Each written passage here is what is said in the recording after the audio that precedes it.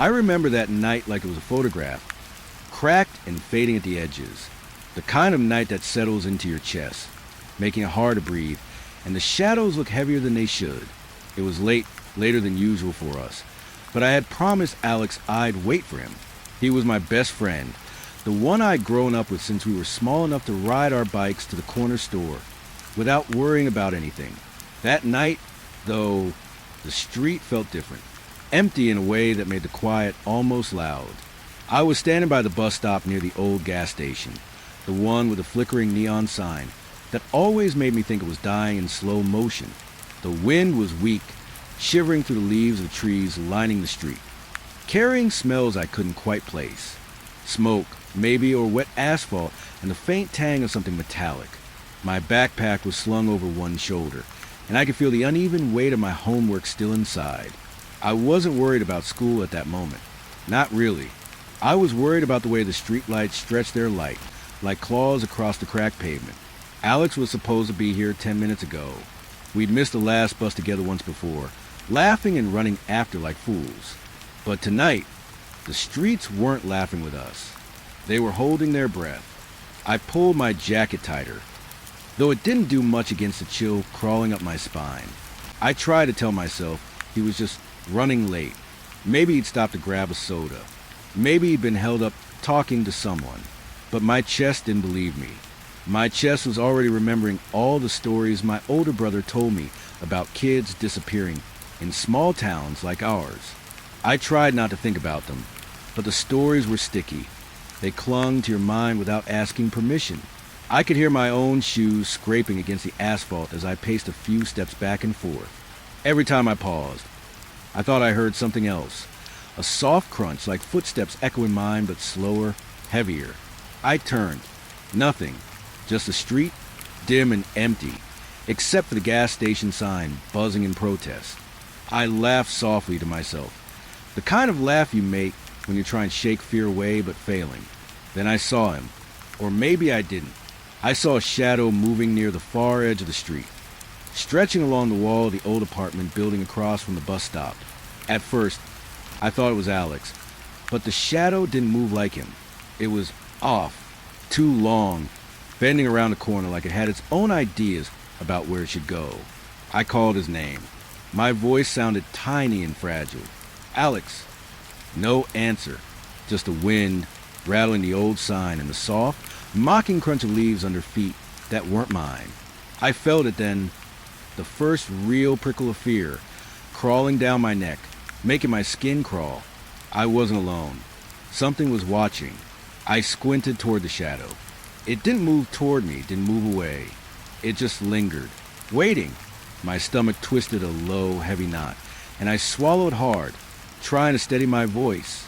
Alex, come on, I'm serious. Where are you? And then I saw him again, my friend, but only for a second, standing at the corner, pale in the flickering light, looking over his shoulder like he was trying to make sure someone or something wasn't behind him. I opened my mouth to call out again, but the words stuck. My throat closed up tight. That brief moment felt like a trap, a warning I couldn't understand but somehow knew. I stepped forward. Alex. My voice was smaller now, shaking. My own heart sounded too loud, hammering against my ribs. I felt ridiculous, calling for a friend who was probably just playing a joke, running late, try to scare me, but the thought didn't calm me. It never calmed me. Shadows stretched along the walls, and in each stretch, I thought I saw movement, something slithering along the edge of the street, keeping pace without making a sound. I took another step, then another, and suddenly I realized the bus stop bench was empty, not just empty of Alex, empty of everything that felt real. The air around me had grown colder, heavier. It smelled like wet leaves and iron. The streetlights buzzed above, faint and irregular, and I could swear the shadow at the corner had shifted, closer, or maybe my imagination was catching up with my fear. I called his name one more time, louder this time. My voice broke, carrying into the still night, and it was answered not by Alex, but by silence. That silence that presses against your ears and makes your own heartbeat sound like someone else's. I remember thinking then that the world had changed, that the street I knew so well had suddenly become foreign, a place that could swallow you whole without a sound. A figure emerged then. Not Alex. Something taller, thinner, moving in a way that felt wrong. Too smooth, too quiet. I froze. My legs refused to move. My hands gripped the straps of my backpack, like I could somehow anchor myself against whatever it was.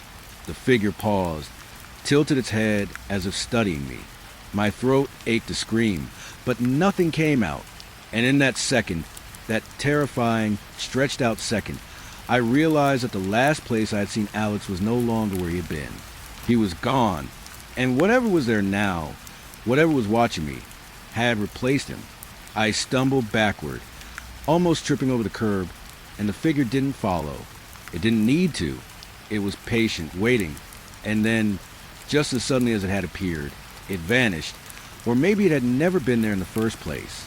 My chest heaved, cold sweat running down my sides, and I finally found my voice. I called his name again, hoping against all reason that he would answer, that my best friend would step out from the shadows and laugh at me like nothing had happened. But the street remained empty. The leaves crunched under some unseen footsteps, and the neon sign flickered like it was dying right before my eyes. I waited for the bus. Of course. I didn't move. I couldn't move. Every second felt like minutes, and the wind whispered against the cracked asphalt, making the hair on my arms stand on end. Every time the shadows shifted, I thought I saw him, but it was never him. Just shapes that bent and twisted, too fast to be natural, too slow to be human. Hours, it seemed, passed, or maybe it was only minutes. I'll never know. When the bus finally came, the driver didn't look at me, didn't ask if I was okay. I sat in the back, staring out at the empty street, trying not to think about what I had seen or thought I had seen. My mind kept circling back to the shadow, the way it had lingered, the way it had felt like it was holding him somewhere just out of reach. I didn't know if I would ever see Alex again. Even now, years later, I remember the fear in a way that feels alive. I remember the smell of the wet asphalt, the cold wind biting through my jacket, the way the shadows seemed to lean toward me. I remember calling his name, and the emptiness answering back. Sometimes when I walk past that street, I swear I can still see a figure at the corner, just standing, waiting, watching.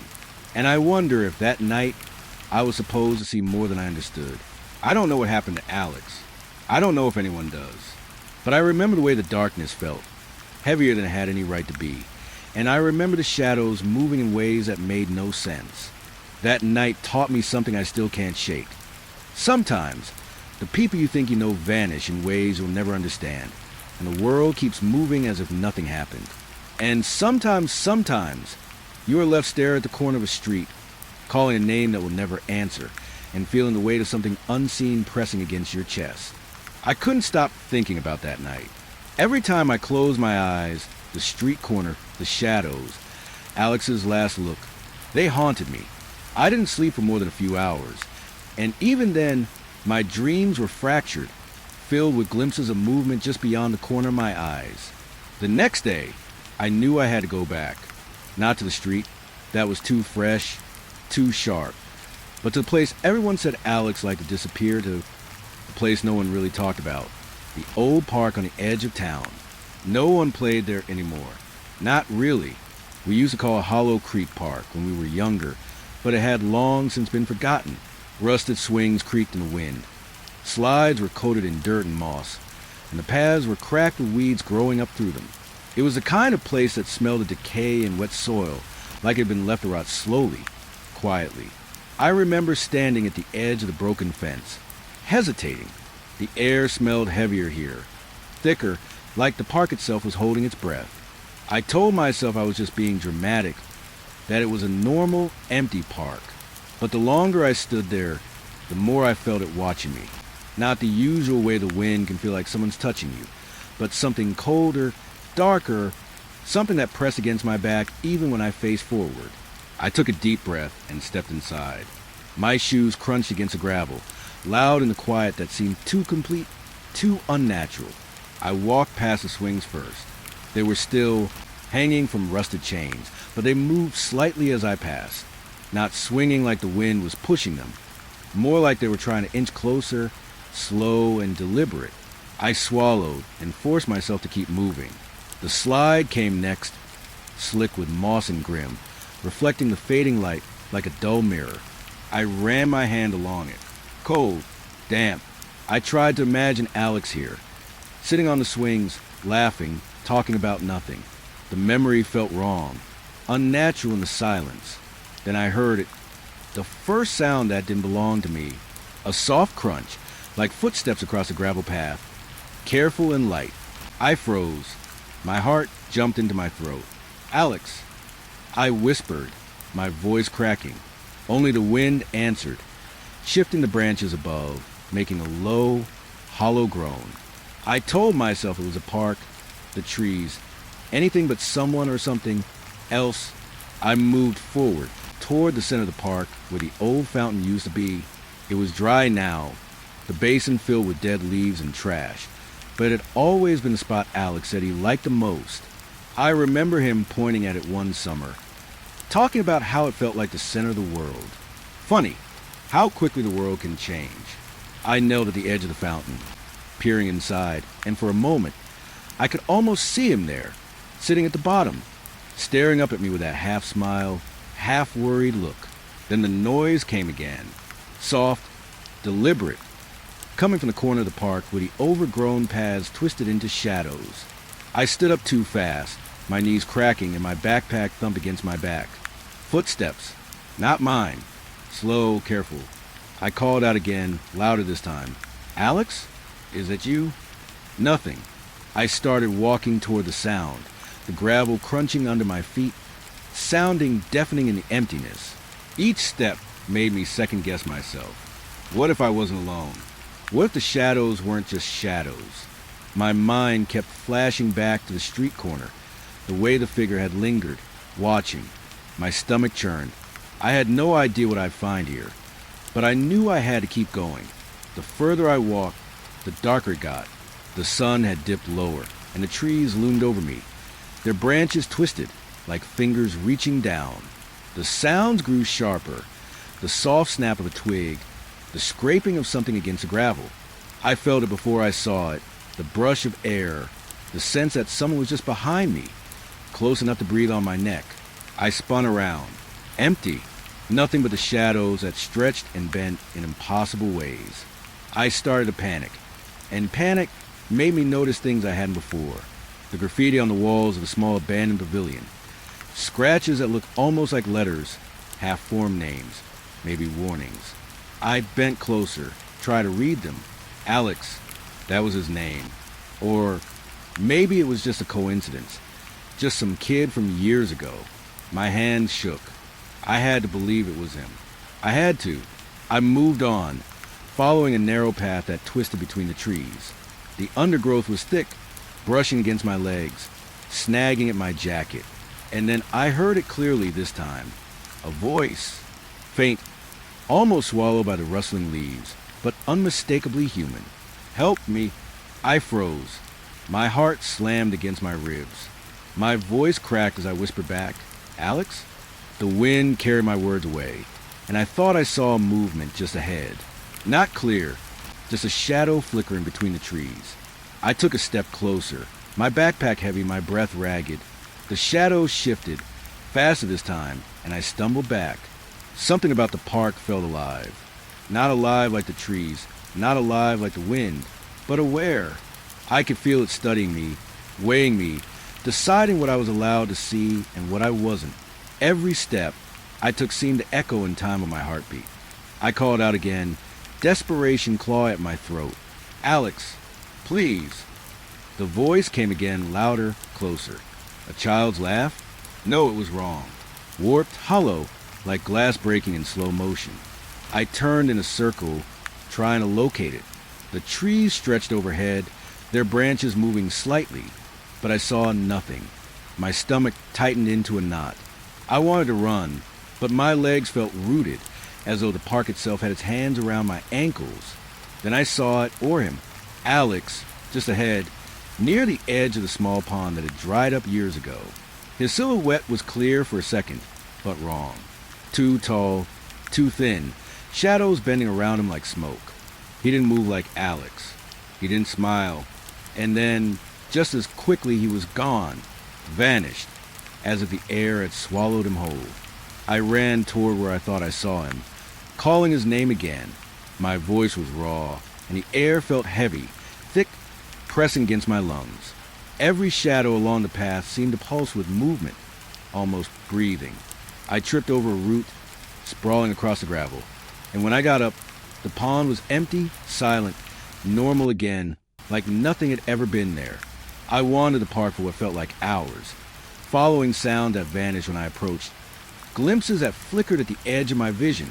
I found the old carousel, rusted and still, its horses frozen mid-gallop. I leaned on one, trying to steady my breathing, and for a moment, I felt his presence again. A whisper, so faint, I almost imagined it. "Don't look." I couldn't stay. I didn't want to, but the park had other plans. Every path I took seemed to twist back on itself.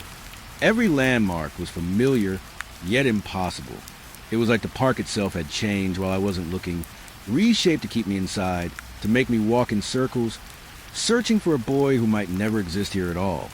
Eventually, I stumbled out, collapsed at the edge, my shoes torn, my backpack snagged, my hands scraped on gravel and bark. I looked back once.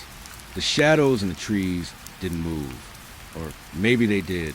I couldn't tell anymore. I knew, deep down, that Alex had been here, that he had been somewhere just out of reach. And I knew I had seen enough to understand that the park wasn't empty. It never was. Even now, I can picture it. The old swing swaying in a wind that doesn't exist, the pond still and black in the moon, the faint echoes of a voice calling for help that I couldn't answer. Hollow Creek Park isn't just a place. It's a trap, a memory, a warning. And sometimes when the wind shifts just right, I swear I can hear him again, laughing somewhere far inside those shadows, reminding me that some places are never really abandoned. The night after the park, I couldn't sleep. Every time I closed my eyes, I saw Alex's face in flashes, the way the shadows had swallowed him, the hollow look in his eyes, the way the world had shifted just for a moment and left him behind. My chest ached from the memory. But I couldn't stop thinking about the park, the way it had moved around me, the whispers I thought I'd imagined. I knew I had to go back. I had to see it again, even though a small, rational part of me begged me not to. I returned the next evening, just before sunset, when the light was thin and golden, filtering through the trees in streaks. The park was quieter this time, or maybe my ears were more attuned to the silence. The gravel paths fell harder under my shoes, the air colder, heavier. It smelled of wet earth, moss, and something I couldn't name. Something metallic, faint, almost like blood, but older, forgotten. My backpack felt heavier than usual. I clutched the straps, as if holding on to myself would keep me safe. The trees loomed over the paths like tall, silent sentinels. Their branches arched and twisted above me, casting long shadows that stretched toward the ground, toward me. I told myself it was just the sun, that I was imagining shapes, but the instinct of my gut told me otherwise. Something was here. Something was moving, waiting, watching.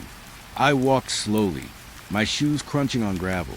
Each step felt louder than it should, as though the park itself was amplifying my presence.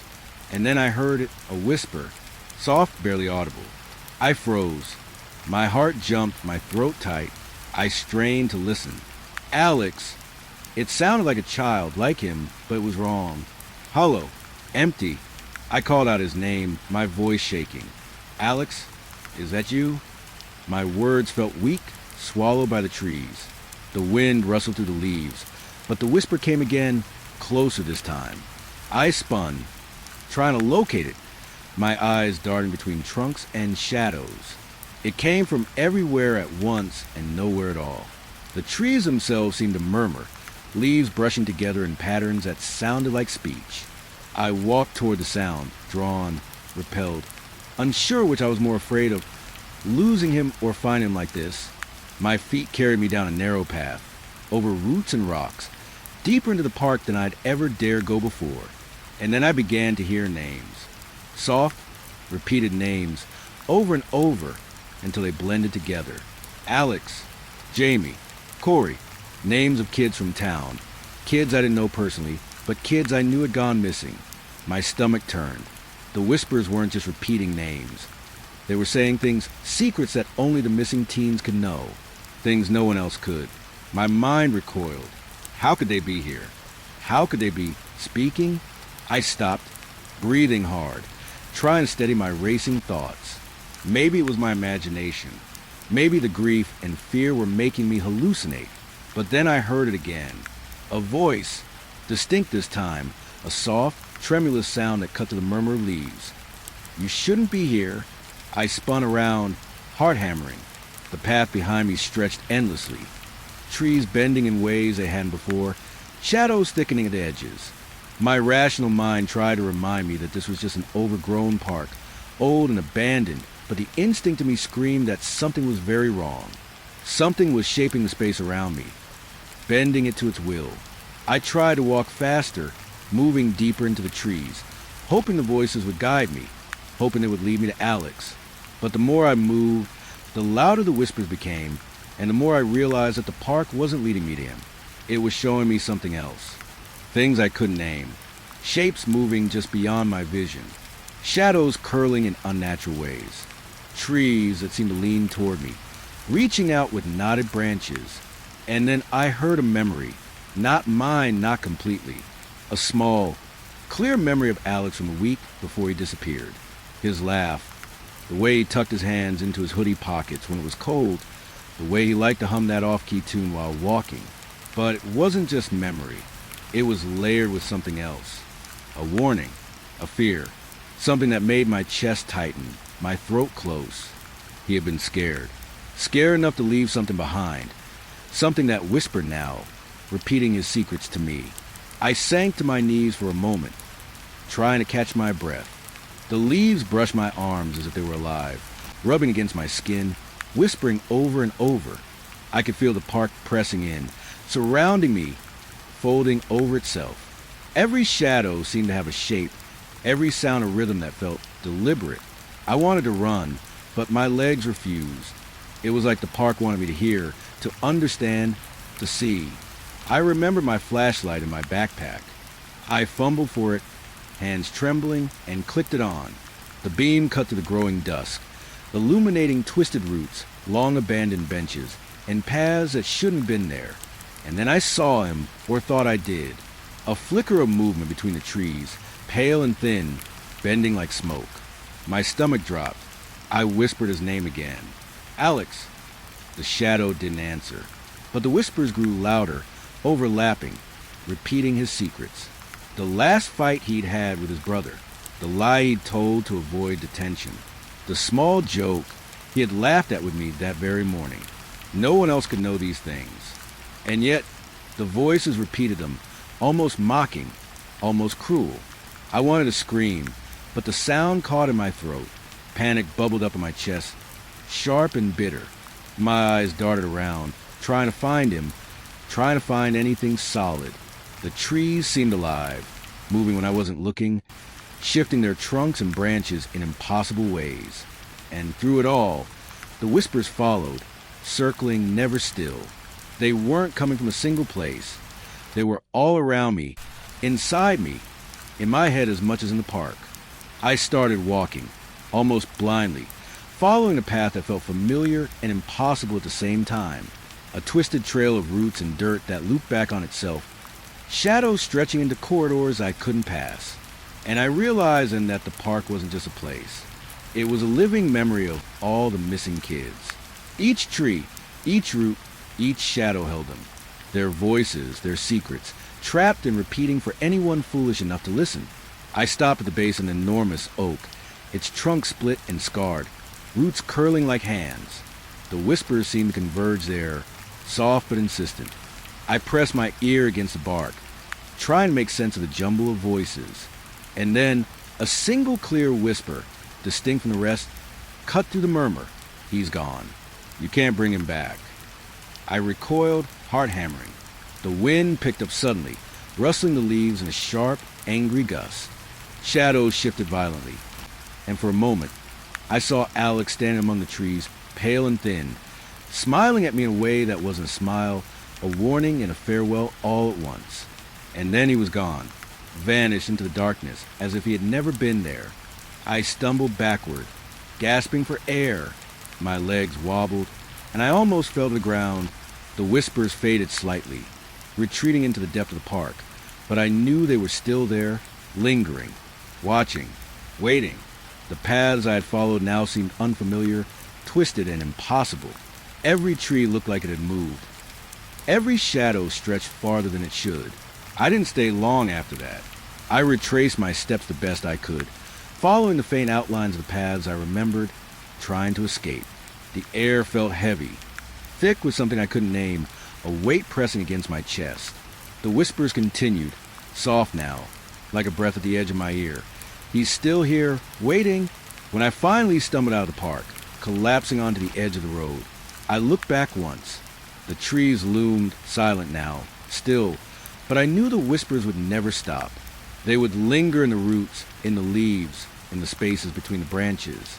Hollow Creek Park wasn't just abandoned. It was alive with voices, with memories, with secrets that no one should hear. Even now, I can close my eyes and hear them. Faint, teasing, repeating things only Alex would know. I don't know if the park is showing me the truth, or if it's feeding me some cruel illusion, but I know one thing. I know that Alex was here, that he left behind something that should have stayed buried. And I know that if you listen too closely, the whispers will find you too, carrying secrets that aren't yours, pressing the weight of the missing into your chest, until you can barely breathe. I never thought a place could feel like it was breathing, but that night, Hollow Creek Park felt alive in a way that went beyond the ordinary.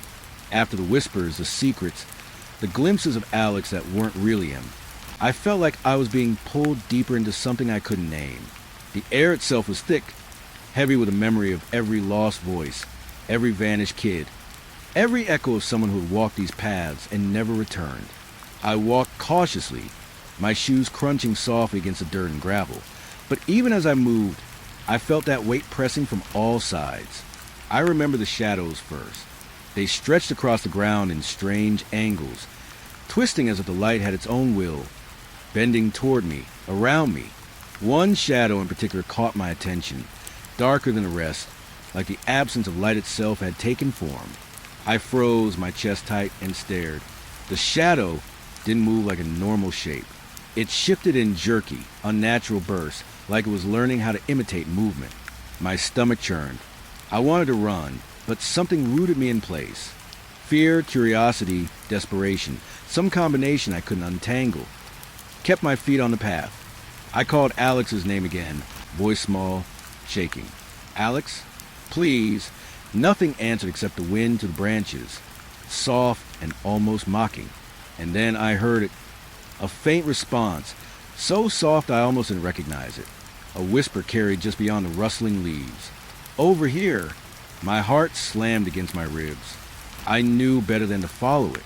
Every instinct screamed that this wasn't him, that it wasn't a person at all. But I couldn't stop myself. My legs moved before I even realized I had made the decision, pulling me toward a darker part of the park, a path that shouldn't have been there, one I hadn't noticed before. The shadows seemed to close in, pressing on me like walls of thick smoke. As I stepped forward, the world shifted.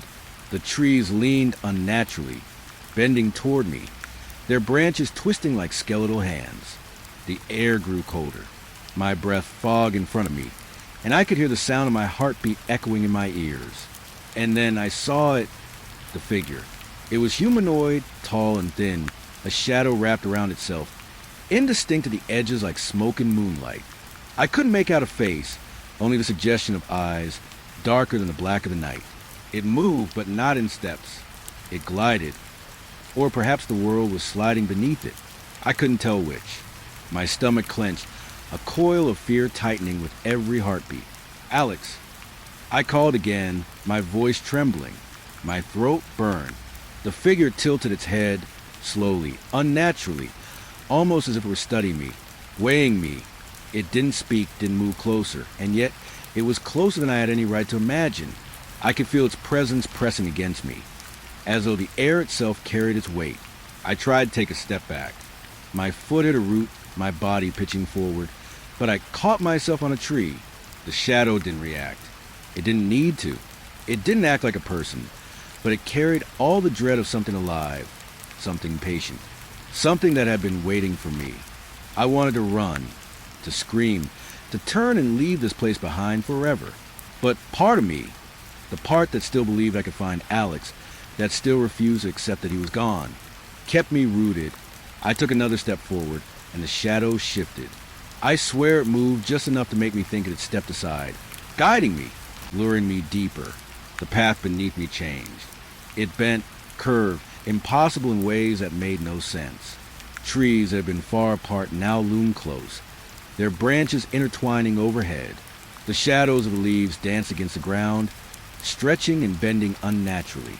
I felt dizzy, disoriented, but I couldn't stop. Something was drawing me, pulling me toward the center of the park, to some point I couldn't name, and then I heard a sound that made my blood run cold.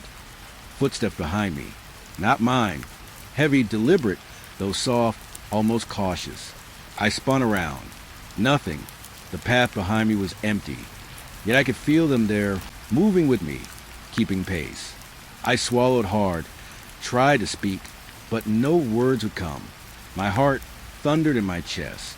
The shadow was still ahead, waiting patient, unmoving yet ever present. I realized then that the park was no longer normal. The rules I knew, gravity, distance, light, they didn't apply here. Paths curved in ways that made no sense. Distances stretched unnaturally. The shadow remained at the vanishing point ahead, not advancing, not retreating, simply existing.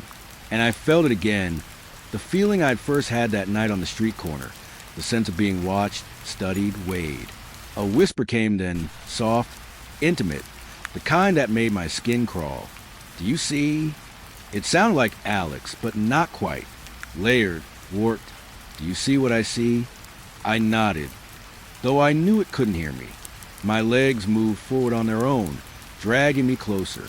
Every instinct screamed to stop, to turn, to run, but I felt powerless. The shadow didn't beckon.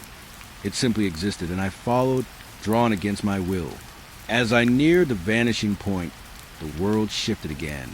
Trees seemed to stretch into impossibility, roots curling like the fingers of a giant hand.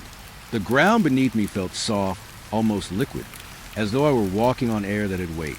I could see the horizon bending, distant lights warping, the very sky tilting in ways that made no sense. The shadow stood at the center, still and patient.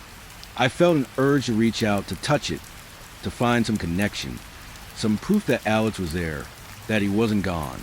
But I stopped myself, knowing deep down that to reach for it would be to vanish, to step off into the impossible, into the place where the missing ended. And then it happened. The world folded. Or maybe I did. I don't know which. The shadow didn't move, didn't change. Yet I felt the air shift, the ground tilt, my balance undone. I reached forward, and for a second I thought I touched him, but the feeling slipped through my fingers like smoke. Panic rose in my chest, wild and raw, and I stumbled back. The vanishing point stretched, elongated, folding into itself. And then, impossibly, it closed. The shadow was gone, and the park seemed normal again. Trees stood straight, the ground firm beneath my feet. Shadows lengthened with the fading light. Nothing twisted or impossible remained. My heart thudded, ragged, my breathing sharp. But something had changed. I knew it. I felt in the hollow ache of my chest, in the cold press of air against my neck, in the lingering sense that I had almost crossed over. Alex was gone, not just in the park, not just in the shadows. Gone in a way that mirrored what I had seen that night at the bus stop. Vanished. And I didn't know if it had been real, if the shadow had been him, or something else entirely, something patient and waiting. I stumbled back through the trees, retracing my steps as best I could, but the paths weren't the same. Each turn felt unfamiliar. I kept calling his name, though I knew no answer would come. And yet, a faint whisper followed me, carried on the wind, repeating just at the edge of hearing. You can't save him. You can't save anyone. When I finally emerged in the park, the night had deepened. The streetlights outside flickered, as if struggling to illuminate the world. The park looked empty, abandoned, and harmless in the moonlight. And yet I knew better. I could feel the memory of the vanishing point lingering, pressing against my mind like a bruise that wouldn't heal. I had been so close to it, so close to understanding, and yet it had slipped away, leaving only questions, fear, and the haunting certainty that some things are meant to remain lost. Even now, I think about that shadow, the way it waited, patient and still, and the way the park bent around it, shaping itself to something that didn't belong. I think about the vanishing point, that impossible space where reality folded and the missing were caught in some cruel, endless loop. I think about Alex, and I don't know if he's out there trapped or if he's gone away I'll never understand. I keep coming back to in my mind. The shadow at the edge of perception, the impossible paths, the whispers carrying secrets that were never meant to be heard. And I know that sometimes when I close my eyes, I can still feel the weight of that night pressing down on me. The pull of the vanishing point drawing me closer to something I can't name, something I may never escape. I woke up to a sound I didn't recognize, the kind of sound that makes your stomach tighten before your brain even understands it. It was soft, almost hesitant, a scratching, scraping noise coming from my siblings' room. At first, I thought I was dreaming. Maybe it was the house settling, or the wind rattling the old windows. But when I rolled over and the sound didn't stop, my pulse quickened. The bedroom door was closed, locked like always. My sibling had a habit of shutting it tight, insisting on privacy even when we were kids. Normally, I'd have shrugged it off, gone back to sleep. But something about the sound made my muscles tighten, made my skin prick with that familiar, creeping unease. I slipped out of bed, careful not to wake anyone else, and moved closer. The hallway was dim, lit only by the faint glow of the streetlights outside the window. Shadows stretched along the walls, shifting as I passed. I remember thinking how ordinary everything looked. The carpet, the wallpaper, the scattered books. But still, the sound persisted just behind the door, just out of reach. My hand trembled as I touched the doorknob, locked as I expected. I stepped back, my mind racing. Maybe it was nothing. Maybe I'd imagined it entirely.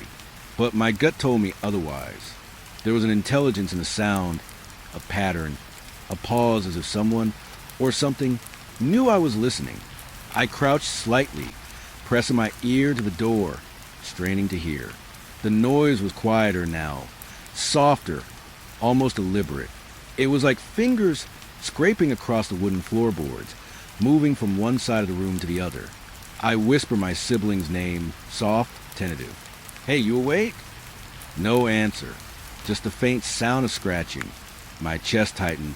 I could feel the fear, the old familiar squeeze that comes when you realize something isn't right. That whatever it is, it's inside your home. I stepped back and grabbed a flashlight from the drawer in the hallway. Its beam cut through the darkness, illuminating the lock on the door, the carpet, the small shadows behind furniture. I shined it at the handle, tried turning it gently. Locked, no surprise. I hesitated. Should I call out again? Should I wake someone? My throat tightened, words stuck halfway. I decided to try something else first. I noticed the dust. It was thin, a faint layer that usually went unnoticed on the floor, on the windowsills, on the furniture. But tonight, there were markings, letters, shapes, words etched into the dust where they hadn't been before. I blinked, certain I was seeing things. But no, there they were, scratched into the layer of dust, as if someone had been writing messages while I slept. I bent closer, trying to make sense of the words. "Leave, don't open. I'm here." My fingers hovered over the letters, trembling. I had never seen anything like this before. My mind raced through possibilities, each one more absurd than the last, but none could explain what I was seeing. No one else was home. I was alone. And yet, the writing was unmistakable. A chill ran down my spine. I pressed my hand against the door, leaning closer, listening. The scratching started again, faint at first, then deliberate, like it was coming from somewhere inside, just beyond the wood. I swallowed hard. My voice shook when I spoke again. "Are you okay?" The sound stopped. Silence. My breath caught my throat. I could feel my heartbeat pounding in my ears. The flashlight trembled in my hand. I wanted to run, to call someone, to scream, but something held me in place. Something in the darkness that pressed against my chest, whispering that I needed to stay, to see, to understand. I circled the door slowly, shining the light along the edges. Shadows pooled in the corners of the room, the shapes of furniture bending unnaturally in the dim glow. I could almost imagine someone standing just beyond the light, just beyond the reach of what I could see. And then I saw it. More writing on the floor, on the desk, even on the chair. Messages in dust. Repeated phrases that made my stomach twist. I'm here. Don't leave. Come closer. I stepped back, trying to make sense of it. My mind searched for explanations. Could it be a prank? No, my sibling wasn't home. Could it be the wind, moving dust across surfaces? Impossible. The words were deliberate, precise, formed in a language I could understand, aimed at me. Someone had been here, and it wasn't human, or at least not entirely. The scratching returned, louder this time, more insistent. I jumped, my hands gripping the flashlight, so hard I thought it might shatter. The sound moved across the floor again, slow, deliberate. My pulse raced. I felt the hairs on my arms stand on end. The air itself felt different, thicker, almost alive, pressing against my skin. I could feel a presence in the room, something patient, waiting, something aware of me standing outside the door. I crouched close to the floor, shining the beam beneath the door. Nothing, just shadows, just a faint layer of dust, just the normal things that didn't belong to fear. And yet I knew better. The door held something that had been waiting, something that had been moving while I slept, something that had left messages for me to find. I whispered again, voice trembling. Who's there? What do you want? The air didn't answer, but the scratching stopped, replaced by a faint, almost imperceptible whisper. I couldn't make out words, only a tone like a sigh, like someone breathing just beyond the wood. My chest tightened. I could feel the presence shifting, moving closer to the door, testing, feeling for me. I stepped back instinctively, heart hammering, trying to rationalize. It had to be something explainable. The house was old. It made noises. Shadows played tricks on your eyes. Dust moved when the air shifted. But the messages, the writing, the sound, it didn't fit. Nothing fit. I realized then that I wasn't dealing with anything ordinary. Whatever it was patient, intelligent, deliberate. I circled back to the door, staring at the lock. I thought about calling my sibling, about waking my parents, but I couldn't bring myself to do it. There was something about that sound, that presence, that made me feel like any intervention might provoke it, draw it closer. My chest ached, my fingers shook, but I stayed, rooted in place, staring at the door, listening. The whisper returned, clearer this time, almost human, almost familiar. Don't leave, stay with me. The words weren't my siblings, but they sounded like someone I knew, someone I remembered. A distorted echo, familiar but wrong. My stomach turned, nausea rising as the voice lingered in the air.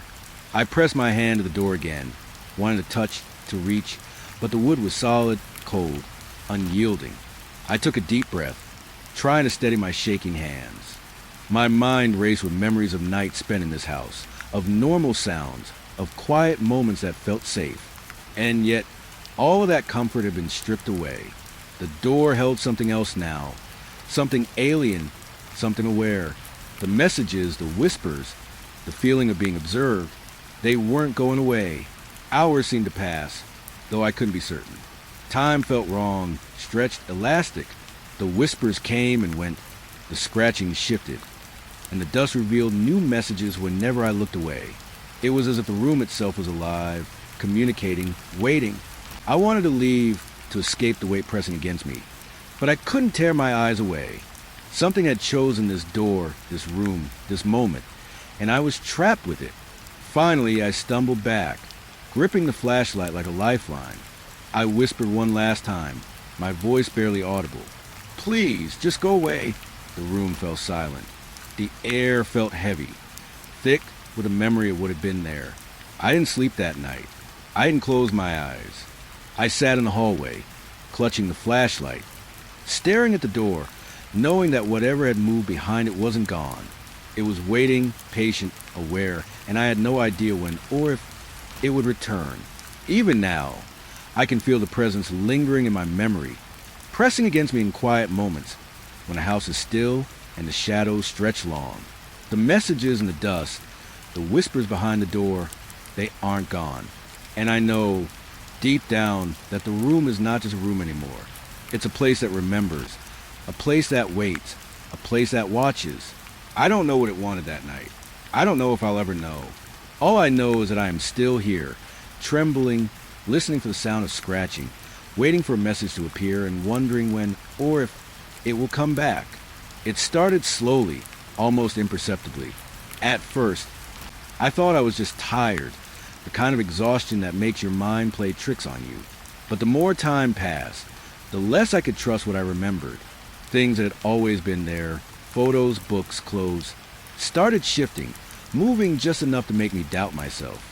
The notebook that had sat on my sibling's desk last week was gone, replaced with a blank pad I didn't recognize. The lamp, the chair, even the posters on the wall seemed subtly altered, their positions slightly off, edges fraying in ways they hadn't before. I tried to tell myself I was imagining it. The house was old. Things settled, shifted, moved on their own sometimes. But it wasn't just the objects. It was the memory of them. I remembered opening that desk drawer and seeing pencils neatly arranged. Yet now the drawer was empty, save for a single, unfamiliar pen. I remembered the poster on the wall of some band my sibling loved, but now it was gone, replaced with a blank space. And when I asked my parents, they said it had never been there. I couldn't reconcile the difference. My mind screamed that I was right, that I had seen, had lived with these things. But everyone else insisted I was wrong. Friends who had visited the room with me before now said it had never been set up that way. My parents shook their heads gently, concern in their eyes, saying, "Are you sure? Maybe you're mixing it up with another room." But I knew the truth. I remembered. I had been there. I had seen the objects, used them, lived in that space. And yet, slowly, it was like the room itself was erasing those memories. I started keeping a journal, writing down everything I could remember about the room, about my sibling, about the way they lived there. I wrote the details obsessively. The position of the bed, the smell of the sheets, the scent of the old books stacked on the shelf. But every time I returned, I would find contradictions. A shelf that held books now held nothing. The bed was made differently. The smell, the familiar, comforting scent, was gone, replaced by a faint, sterile odor like a hospital room. I could feel my mind fraying, like a thread pulling apart both ends. Objects didn't just move, they disappeared. Small items, things my sibling had treasured, vanished without a trace. A figurine I remembered seeing every day, a tiny plastic soldier, was gone. I tore through the drawers, checked every corner, every shelf. Nothing. And yet, I could remember holding it in my hand, placing it on the windowsill, dusting it gently when it collected grime. The memory was so vivid it hurt, a small, bright ache in the back of my skull. But reality refused to acknowledge it. The more I tried to hold on to these memories, the less certain I became of myself. Friends, when I asked, would look at me like I'd lost my mind. "You're remembering wrong." They'd say, "It was never like that." I started avoiding people because every conversation chipped away at my certainty. Even my own family, who I thought would understand, seemed to bend reality around me. The room was shifting in ways I couldn't explain, and my memory was the only thing I had left. But even that began to twist. Sometimes, I would wake in the middle of the night, convinced I heard my sibling moving around. Footsteps, the soft rustle of clothes, even faint whispers calling my name. I would rush to the room, but it would be empty, silent. The bed perfectly made, the drawers shut, nothing disturbed. Yet, the feeling lingered, a presence hovering just out of reach. I started leaving the door slightly open, hoping to catch a glimpse, to feel some confirmation that I was imagining it. But it didn't help. The room remained static, frozen, and yet I could feel it pulsing, as though it remembered someone who no longer existed.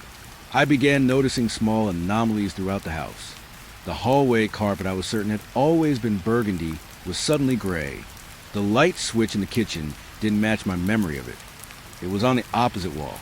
I would stand, blinking, trying to reconcile my recollections with what my eyes showed me. Sometimes I could almost convince myself it was my memory failing. But deep down I knew that wasn't true. It was more than that. The house, or the room, or something inside it was altering reality. Subtle at first, but growing. I tried taking photographs, thinking the camera would catch what my mind remembered, preserve it in pixels. But even that failed. I would snap a picture of a bookshelf, convinced I saw a row of books, only to look at the image later and see emptiness. Or I would photograph a poster on the wall, and when I checked the picture, it was blank, the wall bare. Every attempt to document the truth of my memories was denied by the world itself. At night, the room felt heavier. I would lie awake in my own bed, imagining my siblings' presence behind a closed door, wondering if the room remembered them, or the world had started erasing even that. Sometimes I could swear I saw a movement in the corner of my eye, a shadow, a flicker, something that wasn't mine. But when I turned, nothing was there, just the walls, just the furniture, just a cold emptiness. The emptiness was worse than fear. Emptiness felt deliberate, like it was designed to convince me that my memories, my sibling, had never existed. I stopped telling people about it. They would laugh or shake their heads. Friends said I was imagining things, that maybe grief or stress was making me see the world differently. But I wasn't grieving. My sibling was alive, or at least they had been. The reality bending, shifting, erasing. They were gone, and the house seemed to be helping the world forget. It wasn't just the room that changed. I noticed details slipping in the entire house. Doors that led to familiar rooms would suddenly open to spaces I didn't recognize. A hallway I had known for years now seemed longer, darker, twisting at impossible angles. Furniture moved, subtly at first, then blatantly. A chair would be inches from where I remembered it, or a small table would vanish entirely. Every object, every memory associated with it, felt like it was being rewritten. I started talking to walls, whispering my sibling's name, demanding proof that they had existed, that the objects, the room, the life I remembered had been real. Silence was the only answer. The house didn't respond. It didn't need to. I could feel it watching, aware that I noticed, aware that I remembered, aware that my certainty was its greatest threat. And then one night, I woke to something worse than absence. I woke to the sound of a faint laugh, unmistakable, belonging to my sibling. It was soft, distant, echoing from the direction of the locked room. I froze, my heart hammering. The sound wasn't human, not entirely. It was warped, thin, as if carried through some filter that distorted it. I called out, voice shaking, but no one answered. I approached the door, flashlight trembling in my hand. The room looked normal in the sense that nothing inside it matched my memory. The bed was bare, the shelves empty, the desk unmarked. But the air felt charged, heavy, alive with the absence of things I knew should be there. The whispering started again, faint at first, then insistent. Remember, you're forgetting. I staggered back. The walls seemed to pulse with the sound, stretching, bending around me. I felt dizzy, like I was teetering on the edge of something I couldn't name. Every memory I had of my sibling, every object, every corner, seemed to flicker uncertain, like it was dissolving before my eyes. I tried to hold on to it, but the house resisted, pulling the truth away from me inch by inch. I began writing everything down again, desperately, obsessively. Every detail I remembered, every object, every word spoken, every laugh, every step my sibling had taken in that room. I wrote because I feared forgetting, feared losing the last tether to them. And every time I looked at my notes later, I felt a faint, impossible shift. Some details changed, some words smeared, some objects I remembered disappeared entirely. I don't know how long it will continue. I don't know if the memories will fade completely, leaving me with only emptiness, only the walls of a room that never existed.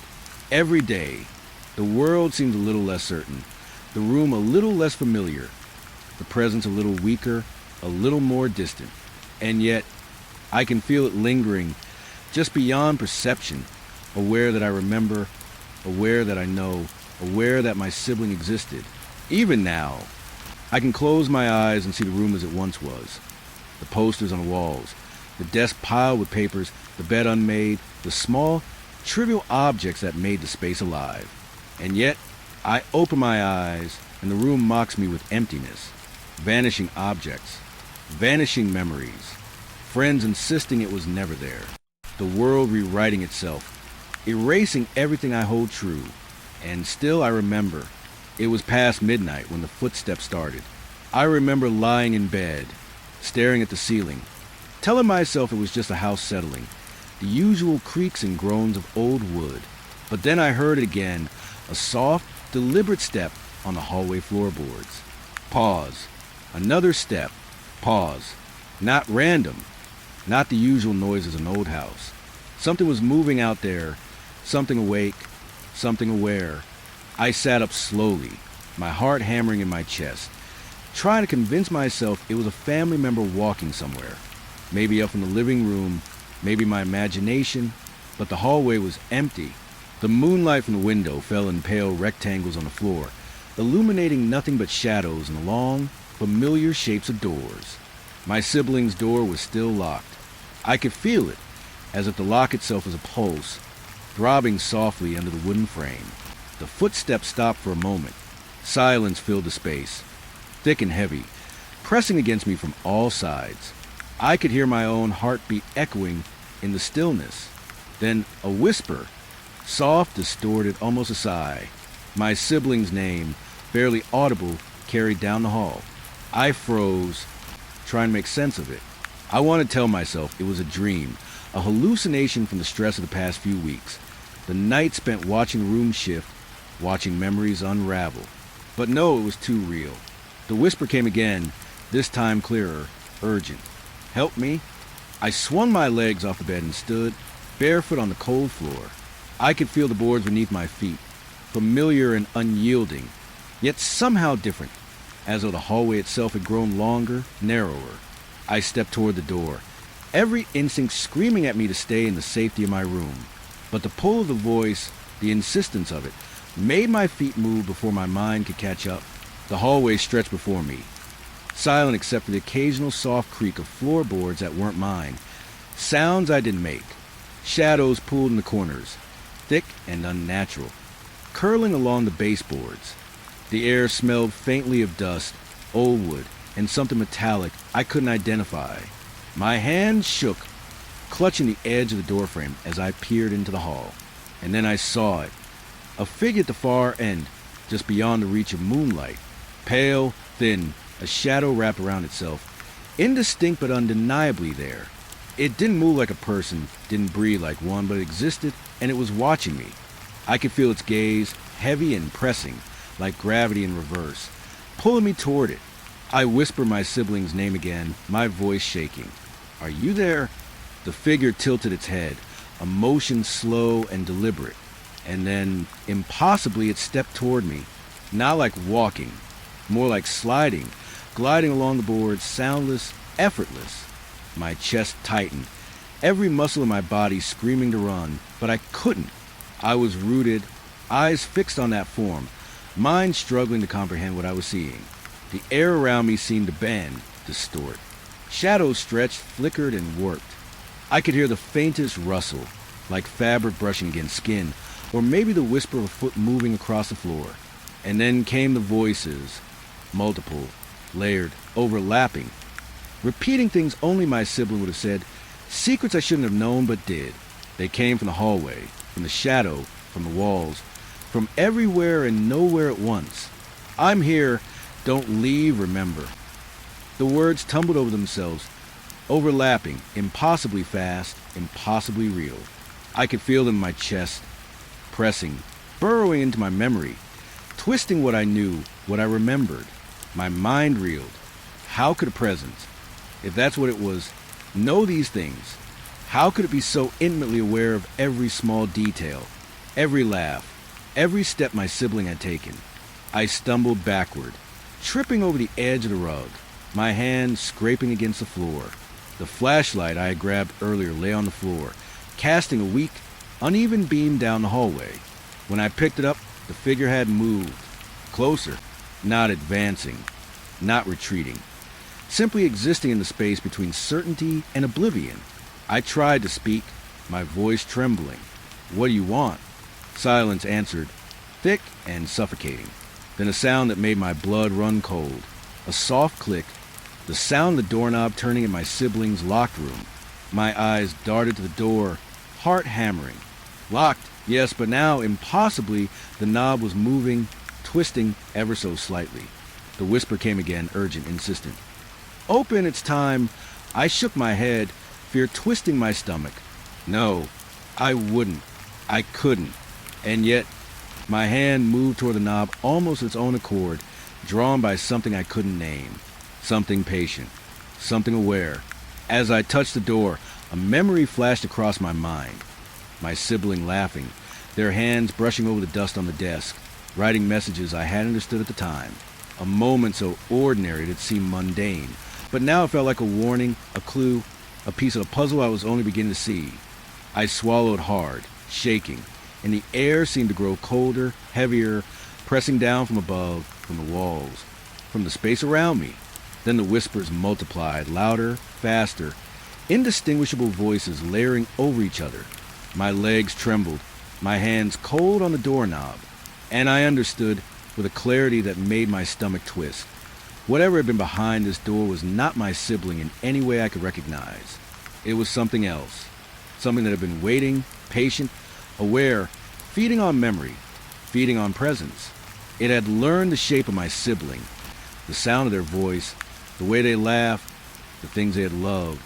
And now, it was wearing that shape, carrying that voice. I wanted to pull away, to flee, but my body refused. My eyes locked on the doorknob as it twisted further, the door creaking open ever so slightly. Shadows spilled out, flowing like liquid, pooling at my feet, moving toward me. The hallway itself seemed to warp, elongating, bending, reshaping around the presence. Every memory I had of this house, of this room, of my sibling, seemed to unravel, unspooling into darkness. A soft, chilling voice, not quite human, not quite my sibling, whispered directly into my mind. "You can't save them. They're already mine." Every hair on my body stood on end. The fear was so intense it was physical, like my chest was split open. I stumbled back, tripping, falling hard against the wall, my flashlight rolling across the floor. Its beam illuminated the edge of the door, now open just enough to reveal darkness deep in the night outside. I could see the figure clearly now. Humanoid, thin, pale, faceless in the way a shadow is faceless, yet carrying the echoes of everything my sibling had been. It reached out, or maybe the darkness itself reached for me, and I felt a pull, a force that pressed against my chest, my mind, my very sense of being. Panic clawed at me. I screamed, and the sound seemed to echo back from all directions, overlapping, distorted, carrying the whispering voices with it.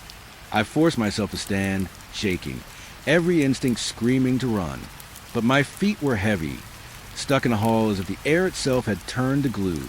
The figure moved closer, not walking, not running, simply approaching, folding space around it. And then I saw it, just for a fraction of a second, a glimpse of my sibling's face in the darkness, smiling, pale, impossible, wrong. And then it was gone, replaced by the endless blackness of figure. I stumbled backward, my mind screaming, my body shaking uncontrollably. The whispers swirled, incoherent now, chaotic, yet still familiar. "Stay, don't leave, remember." I realized then with a horror I could not shake. This thing wasn't just imitating my sibling. It was consuming them, folding them into itself, erasing them from memory, from the house, from reality. The door swung open wider, and I felt the pull of that darkness, the gravity of it, the weight of it pressing against me. I wanted to flee, to scream, to close my eyes and wish it away, but I couldn't.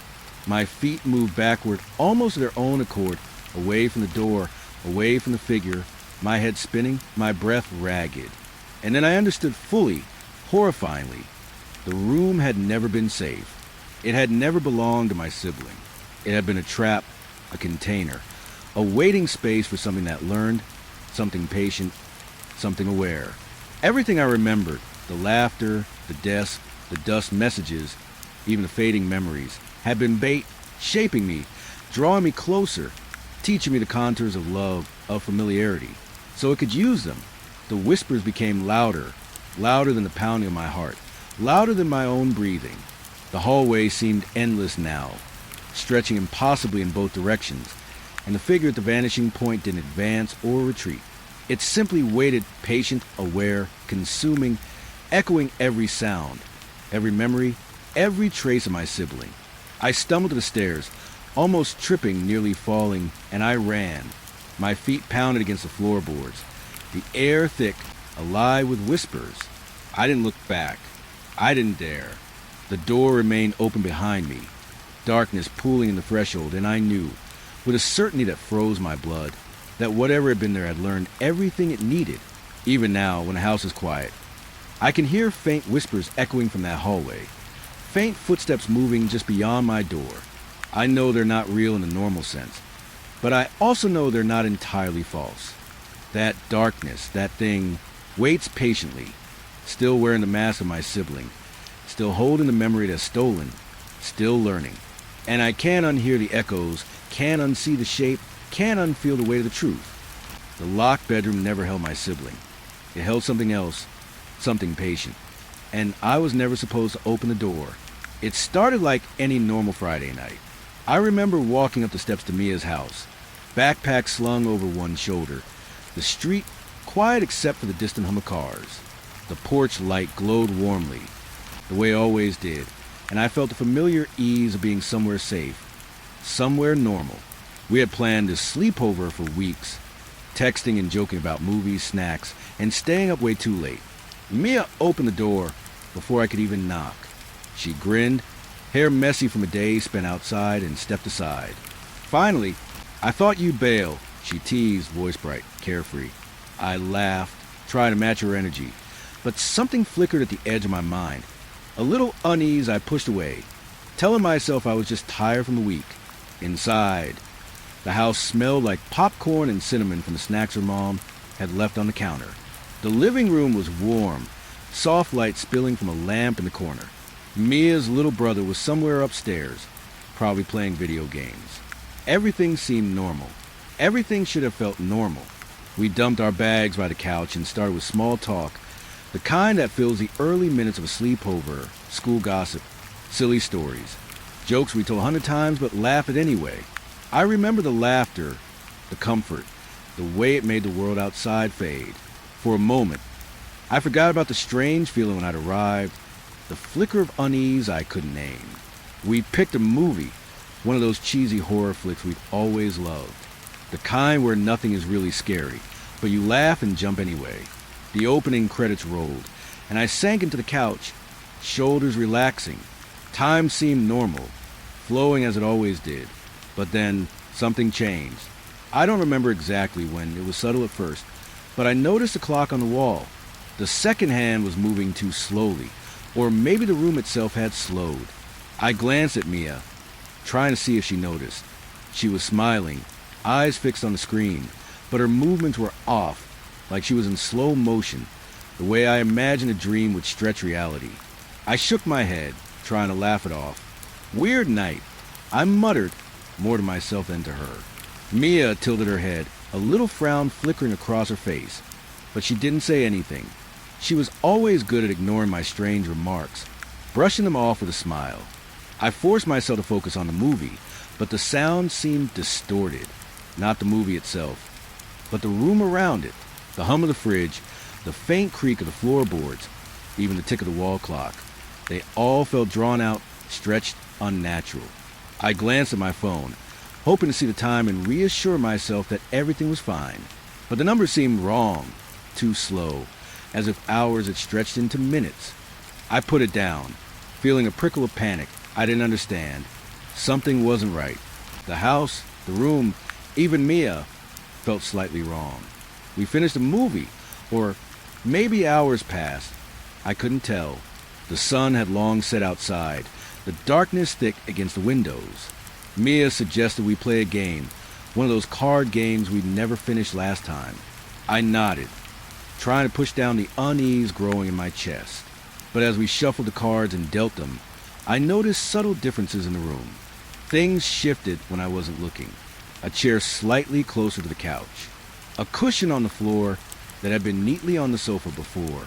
Small details, almost impossible to notice, but they added up, pressing against my mind. I tried to ignore it, focusing on the game, laughing when Mia joked or teased. But then I heard it, a faint whisper from the hallway outside the living room. I froze, the card slipping from my hands. "Did you hear that?" I asked, voice tight. Mia frowned. "Hear what?" She sounded genuine, not dismissive. I swallowed hard. There was again soft, barely audible, a voice, like someone breathing, like someone standing just beyond the edge of the room, whispering words I couldn't make out. I told myself it was the house settling, the old floors, the wind outside, but the whisper grew, curling around the edges of my mind, impossible to ignore. I tried to laugh, make light of it, but the laughter caught in my throat. The air in the room seemed heavier now, pressing against my chest, filling my lungs with something cold, almost tangible. I looked at Mia again. She was still smiling, still cheerful, but her smile felt wrong, too wide, too frozen. Her eyes didn't have the warmth I remembered. A shiver ran down my spine. I shook my head, trying to reassure myself. Maybe I was imagining it, exhausted, letting my imagination take over. But the feeling persisted, gnawing at the edges of my thoughts. I suggested we go upstairs for snacks, hoping moving to another space would help. As we walked toward the kitchen, I noticed the hallway stretched longer than I remembered, the walls narrower, the shadows deeper. I glanced at Mia, trying to catch her eye, but she seemed unaffected, moving as if nothing was amiss. My heart pounded. Something was happening in the space around me, and I couldn't understand it. In the kitchen, everything looked normal at first. The counter, the fridge, the cabinets, all the familiar things. But then I noticed small shifts, a cup that had been on the left now on the right, crumbs and patterns I didn't recognize, the faucet dripping in a rhythm I couldn't follow. I reached out to touch a glass, and it felt colder than it should, almost icy, as if the room had absorbed the warmth of the day and refused to give it back. Mia poured us drinks, chatting idly, but her words sounded distorted, stretched. Each syllable seemed to linger longer than it should, echoing in my mind. I blinked, trying to shake it off. Maybe I was just tired. Maybe I needed to stop overthinking. But then the whisper returned, closer this time, coming from behind the pantry door. I froze. The sound was familiar in a way that made my stomach twist. I couldn't place it, but I knew it didn't belong.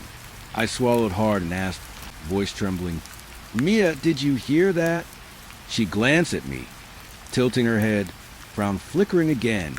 "Hear what?" She sounded exactly like before, like nothing had changed. And I realized then that the house, the night, even Mia herself, everything was bending around me, shaping itself, stretching time, distorting reality. I felt dizzy, unsteady, as if the floor beneath me was tilting. I tried to laugh, to make light of it, but my laughter sounded strange, drawn out, echoing in ways it shouldn't. The room seemed to pulse with it, feeding on the sound, twisting it. I wanted to run, to escape, but my feet felt heavy, anchored to the floor. Shadows moved at the edges of my vision, just beyond comprehension, slipping in and out of reality. Hours passed, or maybe minutes.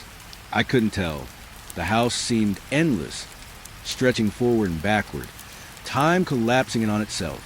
Every turn, every step, every breath felt amplified, exaggerated. I could feel my heartbeat in my ears, my thoughts echoing back at me. Mia's voice sounded distant and distorted, like a recording slowed down. Then the whisper changed, clearer now, closer, insistent. My name, repeated over and over. "Alex, Alex." I froze. The sound wasn't coming from a person. It wasn't coming from the house itself. It felt like it was in my head, in my mind, pressing against my thoughts, digging into my memory. I felt panic rise, nausea twisting my stomach. I want to cover my ears, to shut it out, but it followed me anyway, relentless, impossible to ignore. I tried to speak to Mia again, to ask if she could hear it, but she was gone. Not physically gone, but her presence felt distant, hollow, as if she was just a part of the room, a placeholder for normalcy. I called her name, my voice echoing strangely, distorted, swallowed by the walls. No response. Only the whisper, only the stretch time, only the room bending around me. I stumbled back to the living room, my mind racing, trying to find something familiar, something solid to hold on to. The clock on the wall. It had stopped, or maybe it had never moved. I couldn't tell. The shadows seemed thicker now, twisting at the corners of my vision, curling toward me, aware of me, patient.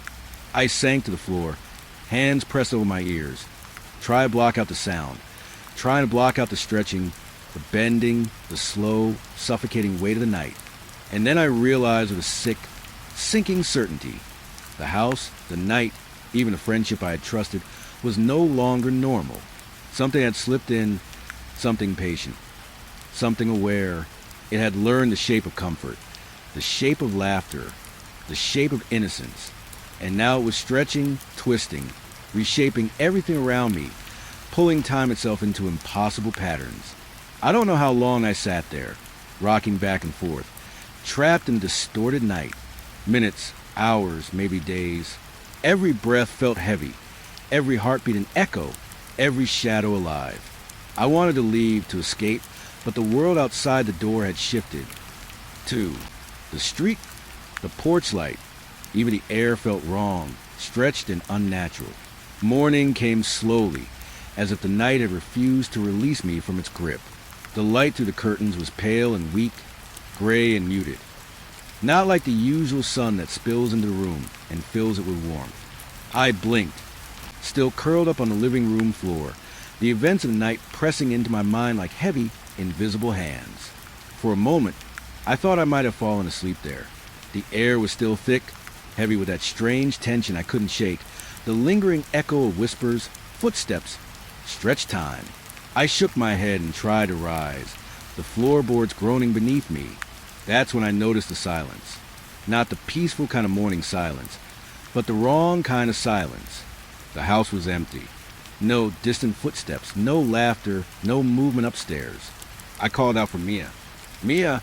My voice sounded raw, strained, distant in the heavy air. No answer.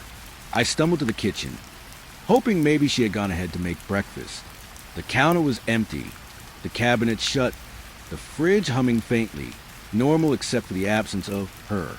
I checked the usual spots, living room, bedrooms, the bathroom. But every room was unnervingly still, as if no one had slept here at all. The strange part was that everything was perfectly in place, too clean, too neat, almost staged. Then I saw it. A cup on the counter, tipped slightly, a thin smear of something dark along its rim. I froze. It wasn't just a cup left out. It was as if someone had been here, and something had gone wrong. I bent down to inspect it, my stomach tightening. There were tiny fingerprints in the dust on the counter, not smudged or faint, but clear, deliberate. They led toward the hallway, then stopped abruptly at Mia's bedroom door. The door was closed, locked. I remembered it had been locked last night, just like always, but now the keyhole gleamed, as if inviting me to look closer. I pressed my ear to the door and held my breath. Nothing. No whisper, no shift, no sound at all. But the sense of being watched was back, heavier than ever, coiling in my stomach, crawling up my spine. I remembered the night before, how the hallway had felt endless, how shadows had shifted at the corners of my vision, how time itself had stretched and twisted. Now, in the harsh light of morning, the hallway seemed almost normal, except for the door. It didn't fit. It didn't belong. My fingers itched to reach for the knob, to twist it and see, but I hesitated. A small part of me knew somehow, that opening would change everything. Instead, I looked around for more clues. The rug in the hallway had a smear of dust, like something had been dragged across it. Small marks on the floorboards led from the kitchen to the living room, then to the staircase, then vanished. I followed them with my eyes, tracing their path, heart hammering. The marks didn't make sense. They didn't match anyone's stride, didn't match anything normal. I remembered the whispers, the slow, drawn-out laughter, the way Mia's voice had seemed stretched, distorted, like it had been recorded and slowed down. My stomach turned at the thought. Was it possible she had never left the house? Could it be that the night itself had trapped her here, or something else had taken her? Wearing her face, her voice, her shape? The thought made my skin crawl. I went to the living room and noticed the cushions again, slightly off. The blanket on the couch was folded differently. The television remote in a place I didn't recognize. I touched the items carefully, as if my hands might disturb some fragile truth. That's when I saw the first note, written in a shaky, hurried script on the back of a torn piece of notebook paper. It said only, "I didn't leave." I felt my chest tighten. It was her handwriting, or what I remembered of it. But the words weren't written when I remembered the room before. They were new, sudden, urgent. My hand shook as I picked it up, turning it over. There was nothing on the other side. Just that simple, terrifying message. My mind raced. How could she leave a note without anyone seeing? How could it exist if she was gone?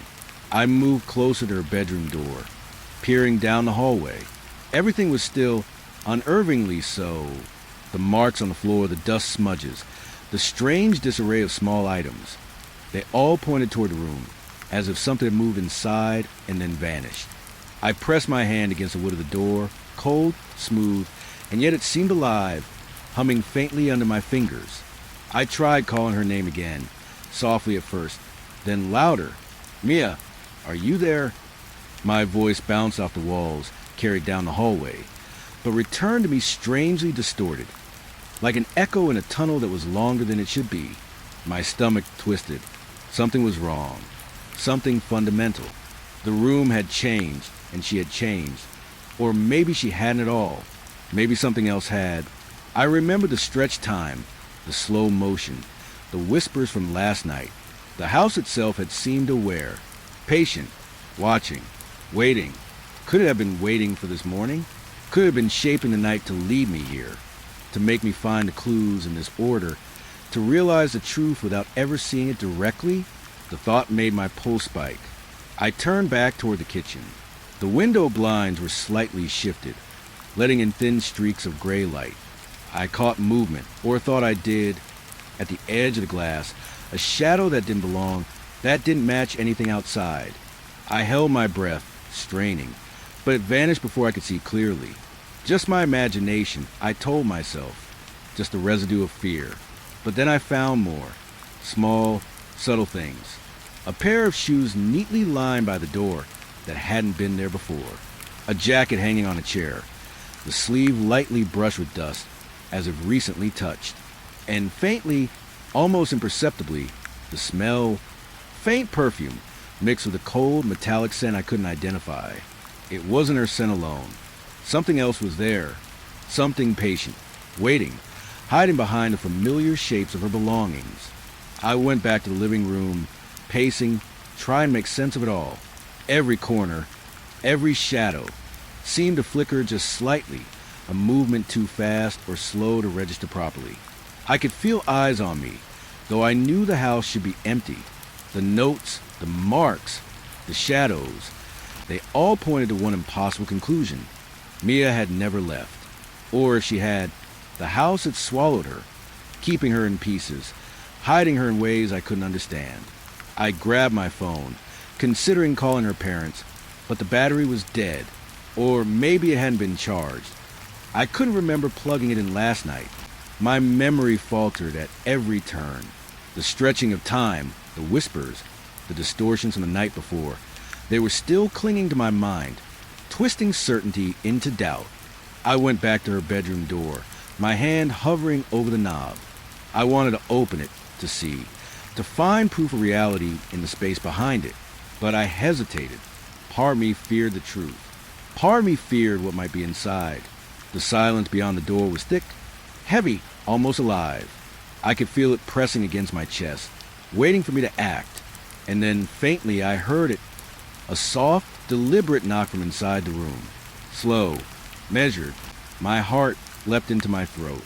I stumbled back, almost falling, hands shaking. Another knock, then a whisper barely audible, almost lost in the thick morning air. "Don't forget me." I froze. My legs refused to move. My breath caught in my chest. I knew, with a cold certainty that made my stomach twist, that whatever had been with her last night was still here. Whatever had stretched the night, distorted time, whispered in corners, it hadn't left. And Mia, maybe she hadn't either. Or maybe she was something else now. Something I wouldn't recognize. I backed away slowly, trying to remember the first light of day, try to remind myself that the world outside the house was normal, that friends and parents existed outside these walls. But the hallway seemed longer now, stretching, bending, every shadow deepening, every corner alive. The cup, the notes, the marks, they all whispered the same truth. She hadn't left. Not really. Not ever. And the house, or whatever waited in it, had learned, had watched, had hidden her, or something wearing her. I don't know how long I stood there, staring at that door. Minutes? Hours? Time felt meaningless now. Every sound, every shadow, every breath seemed amplified, pressing against me. I could still hear the faint whisper, "Don't forget me." A reminder, a warning, a thread connecting the past night to this impossible morning. And I knew, with a shiver that ran all the way down my spine, that nothing would be the same. The ordinary comfort of a sleepover had vanished. In its place was a slow, creeping dread that the house, the morning, even the memory of Mia, might never let me go. The unease had been building all morning. A knot in my stomach that tightened with every step I took through Mia's house. Her absence pressed against me in ways I couldn't explain, as though the walls themselves remembered her, but only in fragments, in whispers and half-glimpses. I knew I couldn't stay in the living room any longer, staring at her closed bedroom door and pretending I understood what was happening. I had to move, had to search, had to find some clue, anything, that could tell me she was still here, or that she had ever been here at all. I started methodically, room by room. Upstairs bedrooms were neat, undisturbed, the sheets perfectly folded, the desks cleared of books or papers. Her little brother's room was alive with clutter and video game noise, but she wasn't there. I tried calling her name again, but my voice sounded distant, swallowed by the thick, heavy air of the house. Something about it didn't feel right. Every sound echoed differently, as if the house itself had grown larger overnight, swallowing the normal acoustics I had grown accustomed to. I descended the stairs again, pausing at the bottom. Something drew my attention to the far corner of the living room, where the wall met the floor. At first glance, it looked normal, unremarkable, but as I knelt, I noticed a faint outline of a seam in the wood paneling. It was subtle, almost imperceptible. My pulse quickened. I pressed my fingers along it, and the wood felt slightly hollow underneath, colder than the surrounding panels. I swallowed hard and traced the seam upward. The paneling didn't match the rest of the room. It was older, dustier, worn in a way that suggested it hadn't been touched for years. My heart raced. Hidden spaces. My mind immediately jumped to horror movies, old houses with secret rooms, stories of things concealed behind walls, waiting. But this wasn't a movie. This was real, and Mia was missing. I had to see. I pressed my shoulder against the paneling, testing its weight. It gave slightly, a subtle creak that made my stomach twist with anticipation and fear. I shifted, pushed again, and the panel swung inward, revealing a narrow doorway hidden in the shadows. A cold draft escaped from it, carrying the scent of dust, wood, and something else, something faintly metallic, faintly sweet, that made the back of my throat tighten. I hesitated, hand on the edge of the frame. 1,000 thoughts raced through my mind. What if this was a trap? What if she had never left, and this was where she had been hiding, or worse, where something had taken her? The whisper from earlier in the hallway echoed faintly in my memory, a soft, insistent sound that seemed to call from within the house itself. "Don't forget me." I took a deep breath and stepped through the doorway. Darkness swallowed me instantly, thick and cold. but my eyes gradually adjusted. The room beyond was small, frozen in a way that made my stomach knot. Dust covered every surface, particles drifting lazily in the narrow beam of sunlight that filtered through a small, grimy window. And yet, despite the layer of time and neglect, there were signs that someone had been here recently. A backpack, identical to one Mia had brought last night, sat slumped against the wall, worn but familiar. Papers and notebooks lay scattered across the floor, some open to pages that looked like they'd been written in hurriedly, scrawled words I recognized as her handwriting. I picked up one sheet, careful not to disturb the rest, and read the words. "I'm here. I can't leave. Please don't forget." My hands trembled as I read. The letters were hers, or they were shaped to look like hers, but there was a strange, jagged quality to them, as if fear distorted them, twisted them into something I didn't fully understand. I traced the words with my fingers, and the chill that ran down my spine wasn't just from the cold air. It was a realization that this room had been waiting, holding her, or the shape of her, against the world, against time itself. I stepped further in, careful not to disturb the fragile space. Every object seemed suspended in a moment. A chair tipped over just slightly, as if someone had been in a hurry. A notebook open to the middle, pages curling at the corners. A small lamp, still plugged in, though the cord was frayed and dusty. The air felt heavy, almost alive, as if the room itself was breathing, aware of my presence, measuring me.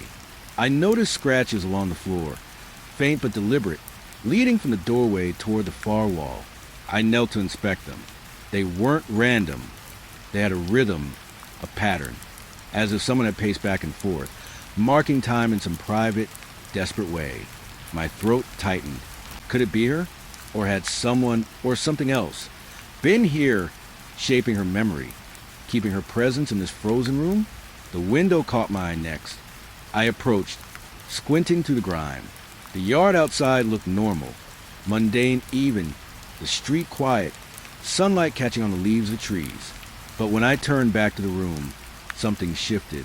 A shadow, subtle and quick, flickered at the edge of my vision. I spun, but there was nothing, just dust motes dancing in the sunlight. Or so I told myself. My pulse raced as I scanned the room. A small backpack lay against the wall again, and next to it, a pair of shoes, her shoes, unmistakably hers. The thought struck me like a physical blow. Everything I had seen so far, the notes, the marks, the objects frozen mid-use, pointed to one impossible truth. Mia hadn't left the house. She hadn't even moved from this hidden space. And yet, she wasn't here. Not fully. I moved cautiously toward the far wall. There, tucked into the corner, was a small desk, paper scattered across it, a pencil rolling lazily on the surface. I knelt and picked up one of the papers, brushing off a layer of dust. The words were fragmented, but clear. It knows me. It sees everything. I can't escape. Don't let it take you too. A chill ran through me. My fingers gripped the paper so tightly my knuckles ached. I could feel a presence in the room. Not Mia, but something that had been shaped by her absence, her fear, her memory. It pressed against the edges of my mind, patient, aware, waiting for me to understand without speaking directly. I swallowed hard, stepping back, glancing around the room for more clues. My eyes caught a reflection in a small, cracked mirror on the desk. For a moment, I thought I saw her, Mia, standing behind me, pale hair messy, eyes wide and frantic. I spun, heart hammering, but the room was empty. Only shadows remained, stretching along the walls, curling in corners, alive in a way that made my skin crawl. The air was thick, charged with a quiet urgency, almost like the room was breathing with its own will. I could hear faint creaks and groans in the floorboards, small sounds amplified by the stillness. It was as if the house itself had learned to move with the room, folding space and time to keep Mia, or what she'd become, within its grasp. I noticed the faintest whisper, almost imperceptible, threading through the silence. "Don't leave, don't forget." My stomach twisted. It was her voice, or a memory of it, shaped by the strange gravity of this hidden place. I stumbled back toward the doorway, each step heavy with dread. Every instinct screamed at me to run, to leave, to escape the room and never look back. but something inside me refused. I had to understand, had to see, had to touch the fragments she had left behind. I walked carefully along the room, taking in every detail. The faint scratch marks on the wall, the scuffed floorboards, the small trinkets she had scattered, all frozen mid-action. Each one told a story, a fragment of time preserved in this secret space. It was a record, a diary without words, a testament to the strange, creeping presence that claimed her the night before. I found a small journal tucked under the desk, edges frayed, dust clinging to it, opening it. I found entries that made my hand shake, detailed recollections of the previous night, written as if she had been aware of something just beyond perception. Lines like, "The walls watch, the shadows stretch. I hear whispers behind the door. I am trapped. I must leave, but I cannot." Each word seemed to reach out from the page, pressing into my chest, pulling at my mind. I realized then with a shiver that this room wasn't just a hiding place. It wasn't just a secret. It was a trap, a memory, a container, holding her, or the memory of her, still alive in fragments. The presence here was patient, waiting for anyone who might uncover it, anyone who might try to make sense of what had happened. I stepped toward the doorway again, glancing back at the room. The backpack, the notes, the journal, the faint traces of movement. They all whispered the same truth. She had never truly left. This hidden room had held her in pieces, frozen in time, shaping her absence into something I could almost touch, almost understand, but never fully grasp. I took a deep breath, my body trembling, and stepped out of the room. The panels swung shut behind me with a faint, almost imperceptible click. The living room looked normal again, sunlight streaming through the windows, the world continuing as if nothing had happened. But I knew better. The hidden room existed. Mia, or something wearing her, something shaped by her presence, existed. And the house was patient, aware, waiting. I sank onto the couch, hands gripping the edge, trying to steady my breath. Every sound, every shadow, every whisper from the hidden room pressed against me, lingering, a reminder that the ordinary, the safe, the familiar had been replaced by something else, something patient, something that knew me now, too. Even as the day went on, the memory of that room stayed with me, like a pulse in my chest, like the faint echo of her voice in the corners of my mind. And I knew that the house, the hidden room, and the presence within it would never let me forget. I had thought the hidden room was the worst of it, that nothing in Mia's house could unsettle me more than what I found there. But the moment I stepped back into the rest of the house, I realized I had been wrong. The mirrors, every reflective surface, had changed, or maybe I had changed, and the reflections were finally showing me the truth. It started small. I caught her image in the hallway mirror near the stairs. At first, it looked normal, Mia, standing there in her pajamas, hair messy, eyes wide. But then I noticed the wrongness. Her posture was slightly off, her head tilted at an impossible angle, one hand bent backward in a way it shouldn't be able to bend. I blinked, and she was gone, replaced by the reflection of the empty hallway. My chest tightened, breath catching in my throat. I shook my head, trying to force the image away. Maybe it was my imagination, exhaustion, the memory of the hidden room twisting my mind. But I couldn't shake the feeling that the mirrors were watching me as much as I was watching them. Each glance showed subtle distortions, a shadow lingering where it shouldn't, a glimmer of movement just beyond comprehension. I walked slowly to the living room, passing the tall, full-length mirror near the window. The glass was cloudy with dust, but when I peered in, the room behind me seemed stretched longer than it should be. And there she was, Mia, not fully, not clearly, but trapped in shadow. Her eyes flickered toward me, wide and terrified, her mouth moving, forming words I couldn't hear. I stumbled back, heart hammering. Mia! My voice sounded thin, distant, swallowed by the walls. The reflection didn't move like the real room. She was there, frozen in the corner, reaching toward me, but her hand passed through the reflection of the window, bending the light strangely. I shook my head violently. This wasn't real. It couldn't be real. I glanced around the living room for another mirror, another surface to check, but every reflective surface became a trap, a window, into something impossible. The TV screen, even turned off, flickered with her image. A spoon left on the kitchen counter reflected her in the metal, crouched, hiding, always watching. Each reflection seemed to pulse, to breathe, to contain fragments of her trapped somewhere between the world I could touch and the shadows I couldn't. I felt panic rise, curling in my stomach, but I forced myself to move, to keep searching. I had to understand, had to find the source of this distortion. The whispers returned then, low and curling, threading through the room like smoke. They weren't words I could catch at first, just soft breaths, hints of speech. But as I focused, fragments became clear. Help me, don't leave, don't forget. I pressed my hands to my ears, trying to block the sound, but the voices seemed to seep through the walls, into my bones. My eyes caught another reflection, the small mirror by the staircase railing. And there she was again, this time clearer, her face pressed toward the glass, eyes hollow, mouth opening in a silent scream. She looked alive and dead at the same time, a shadow of the friend I had known, shaped by whatever had taken her, or trapped her. I stumbled back, almost colliding with the coffee table. My hand shook as I reached for my phone, hoping to call someone, anyone, to anchor me in reality. But the screen didn't reflect me. It reflected her. Mia, crouched low, staring directly at me from the glass. And then, impossibly, she moved closer, her form bending, stretching in ways that should have been impossible. My stomach flipped, nausea twisting in my chest. I backed away, moving blindly, and almost tripped over the rug, heart hammering. Each reflective surface now contained fragments of her, fragmented, multiplied. A shard of the old picture frame caught the sunlight, showing her torso twisted unnaturally, her hand reaching toward me.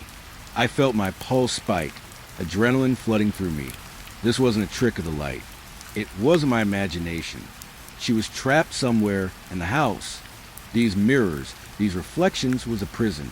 I tried covering the mirrors, turning them away, blocking the reflections with furniture, but it didn't help. I would glance toward a shadowed corner, and her image would appear somewhere else, somewhere I hadn't noticed before. The whispers were louder now, circling me, curling around my mind. Please, don't leave, please. I shivered, knees weak, and sank to the floor, trying to catch my breath, trying to ignore the impossible images all around me. I remembered the hidden room, the small journal, the backpack, and the notes. She had been there.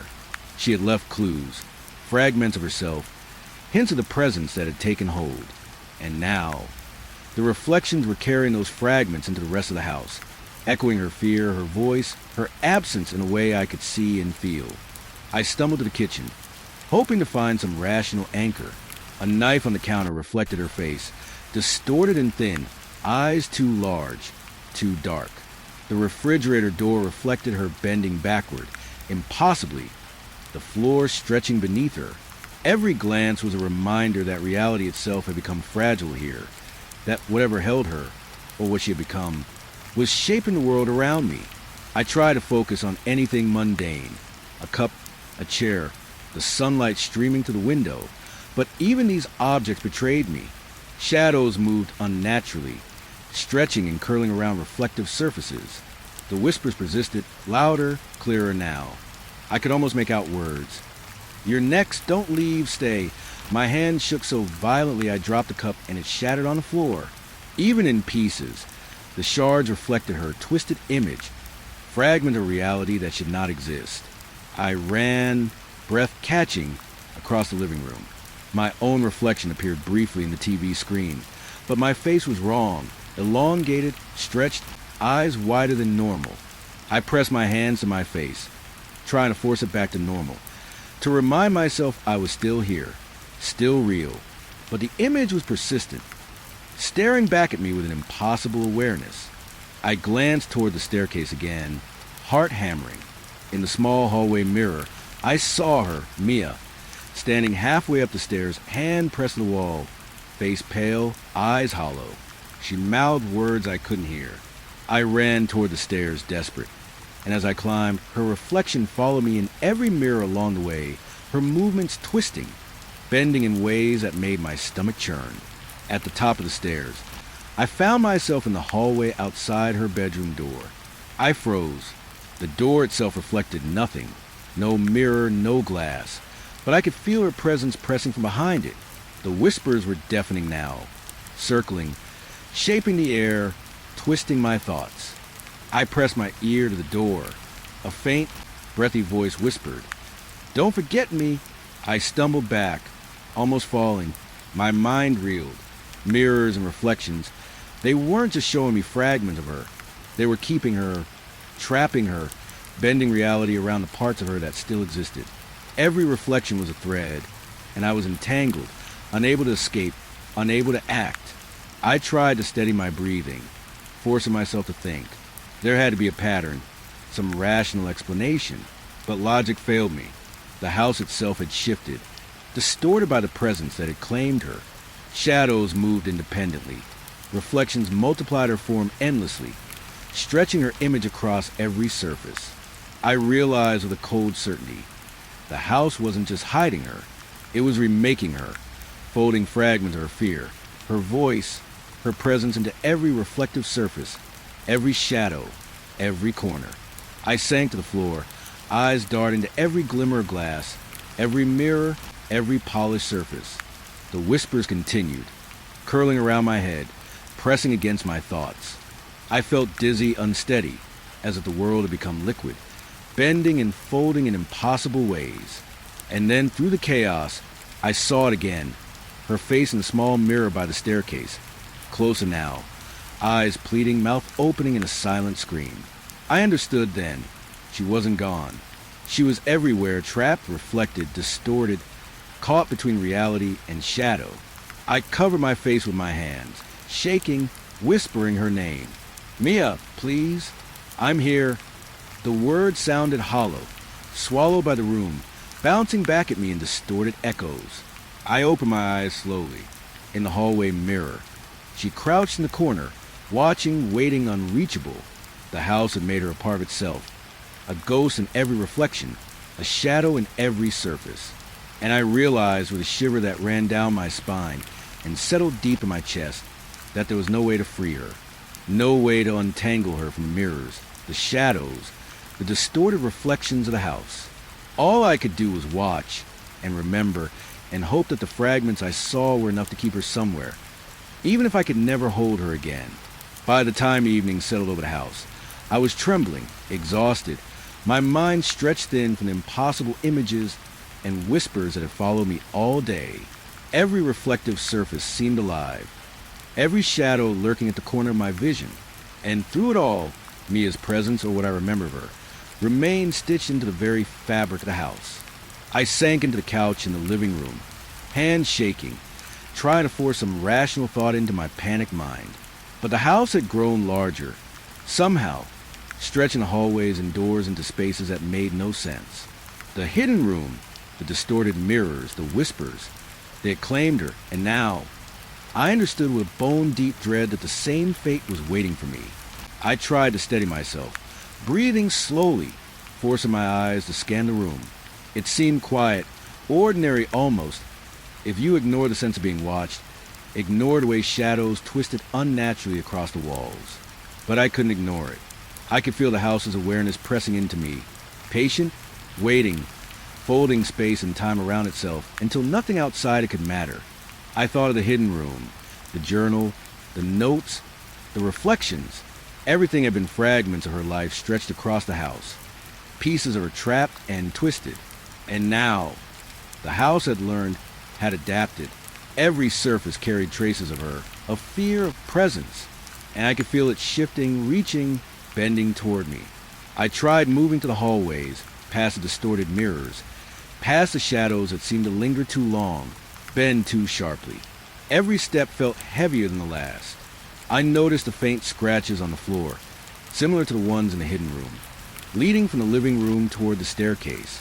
They were new, or maybe they had always been there, waiting for someone to follow them. I remembered the whispers, the low thread of her voice that had followed me since morning. Don't leave, stay, don't forget. Each repetition tugged at my mind, pulling me toward the places I'd already feared, toward the spaces that had claimed her.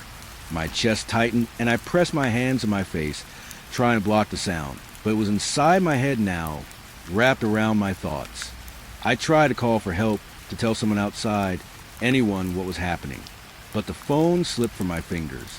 The screen reflected her face, twisted, hollow, staring directly at me. My pulse raced, and a cold sweat ran down my back. The house had learned how to use every fragment, every reflection, every object to hold me within it. There was no escape. I stumbled into the kitchen, desperate for something familiar, some anchor in reality. But the kitchen, too, had changed. The faucet reflected her image in the metal sink, crouched, twisting unnaturally. The countertops carried faint traces of footprints that hadn't been there before. Even the refrigerator, which I had opened and closed countless times, seemed alive, the polished surface bending her shadow into impossible shapes. I backed away slowly, heart hammering. Each reflection, each whisper, each subtle movement seemed to merge into one. The house had claimed her, and now it was claiming me. The sense of inevitability pressed into my chest, making it hard to breathe. I realized then, with a horrifying clarity, that there was no outside, no world beyond these walls. Not in the way I remembered. I tried to focus on something solid, something real. The wooden floor beneath my feet, the fabric of the couch, the weight of my own body. But even these familiar sensations carried the weight of unreality. The shadows shifted, stretching across the floor in ways that should have been impossible. The mirrors, no longer passive, reflected version of the house that didn't exist. Hallways folding inward, doors appearing and vanishing at random. Corners that contained glimpses of Mia or what she had become. I stumbled toward the staircase, drawn by the faintest sense of movement at the far end of the hall. Each step felt heavier, the air thicker. I glanced into the hallway mirror and froze. There she was again, standing halfway up the stairs, bending backward unnaturally, eyes wide, mouth moving in silent screams. And then I realized the most terrifying truth. It wasn't just a reflection. It was a message, a warning, a thread pulling me toward the same fate. I tried to run, to flee, but the house seemed to stretch ahead of me, hallways lengthening, corners shifting. Every turn I took led me to the same spaces, the same mirrors, the same shadows. It was impossible. I could feel the presence growing stronger, pressing against the edges of my mind. I understood then what had happened to Mia. The house didn't just trap her, it rewrote her, folded her fear into every surface, every shadow, every reflection. And now it was doing the same to me. I reached the living room, collapsing to the floor, gasping for breath. The whispers grew louder, forming words I could finally understand. Stay, never leave, join me, join us. The sense of inevitability pressed in, a weight on my chest, on my skull, in my bones. Every reflection in the room carried fragments of Mia, multiplied and distorted, a gallery of fear and absence. I looked toward the hidden room, heart hammering, and saw the paneled doorway slightly ajar. Dust floated lazily through the air, catching the light in streaks, as if the room was breathing, waiting. And then I understood fully with a cold, sinking certainty. The hidden room had never truly released her. The house had never intended to. It had claimed her, just as it would claim me, folding our lives into its architecture, rewriting reality to trap us forever.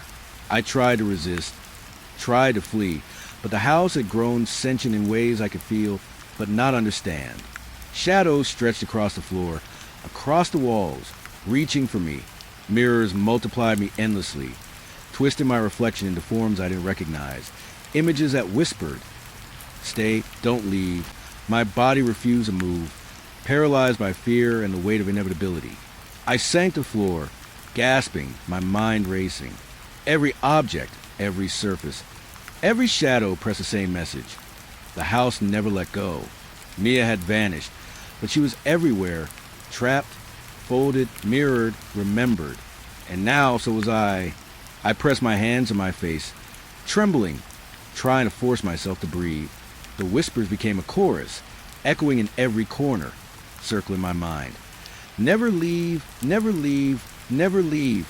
I understood then that escape was impossible. The world outside was irrelevant. The house had claimed us, rewritten us, and I would not be the last. I caught a glimpse of the living room mirror and froze. My reflection blinked slowly, unnaturally, before stepping toward the edge of the glass. It was me, but wrong. Stretched, twisted, with Mia's faint, ghostly form lingering behind me. The realization hit like a physical blow. The house didn't just trap bodies. It trapped fragments of us, our presence, our fear, our memory, folding them into its walls, its mirrors, its shadows, until we existed only as part of it. I tried to scream, but the sound was swallowed by the room. My own reflection reached out, mimicking my gestures, bending in ways I couldn't. The whispers grew deafening, repeating the same words over and over. Stay, don't leave, never leave. I collapsed fully to the floor, shivering, trapped in the gravity of its presence. I don't remember how long I stayed there. Minutes? Hours? Time had no meaning in this place. I could feel myself becoming part of the house, a fragment among fragments, a shadow stretched across mirrors and polished surfaces. I realized with icy certainty that this was the way it worked. It claimed one, then the next, looping endlessly, folding fear, absence, and presence into its architecture. I thought of Mia again, and I understood fully that she was still here, not outside, not alive in any ordinary sense. She was a house now, part of it, echoed in shadows, trapped in mirrors, whispering endlessly. And now, I was beginning the same process. My presence folded into its walls, my fear etched into its surfaces. Even as I write this now, trying to remember the world outside, I know it's only fragments, distorted by the house's influence.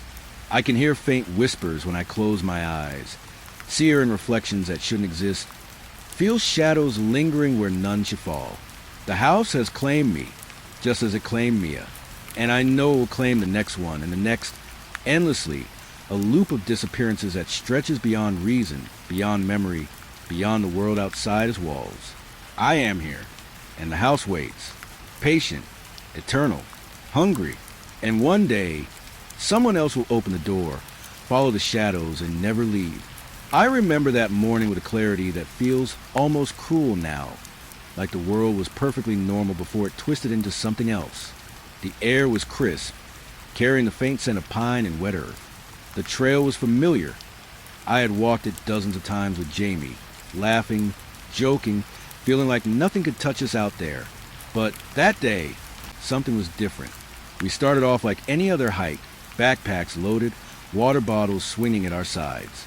Jamie was ahead of me, always impatient, always moving faster than I could manage, and I was content to follow, enjoying the quiet rhythm of the forest.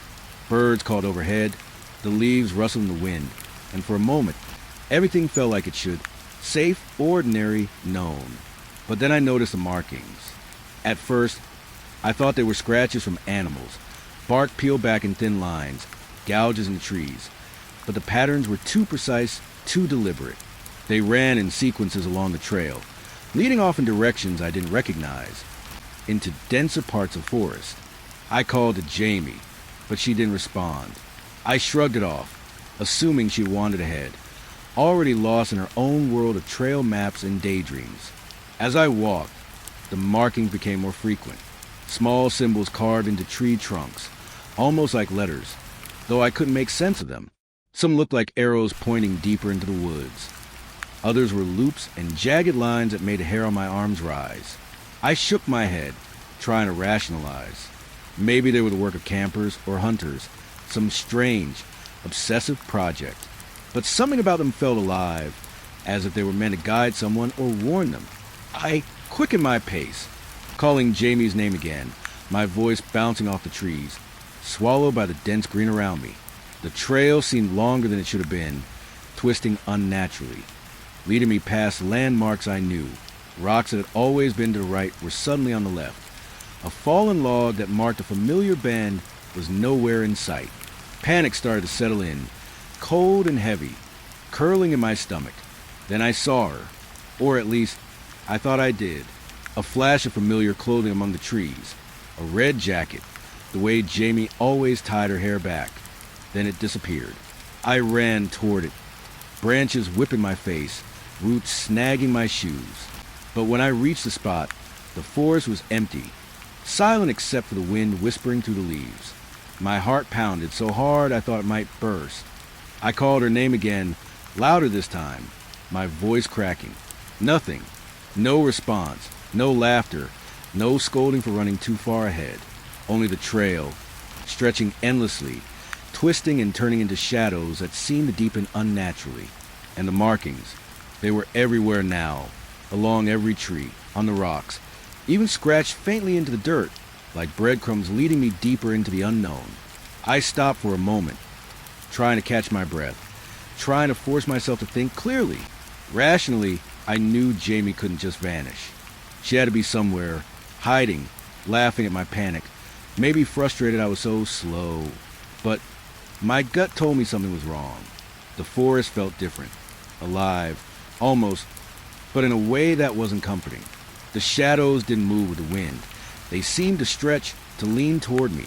The air was heavier here, damp with the scent of moss and decay, but tinged with something else, metal maybe, or something sweet and cloying that made my stomach twist. I decided to follow the markings. If they were meant to guide, maybe they would lead me to her. My steps were cautious, eyes scanning every tree, every shadow. The deeper I went, the more unnatural the trail became.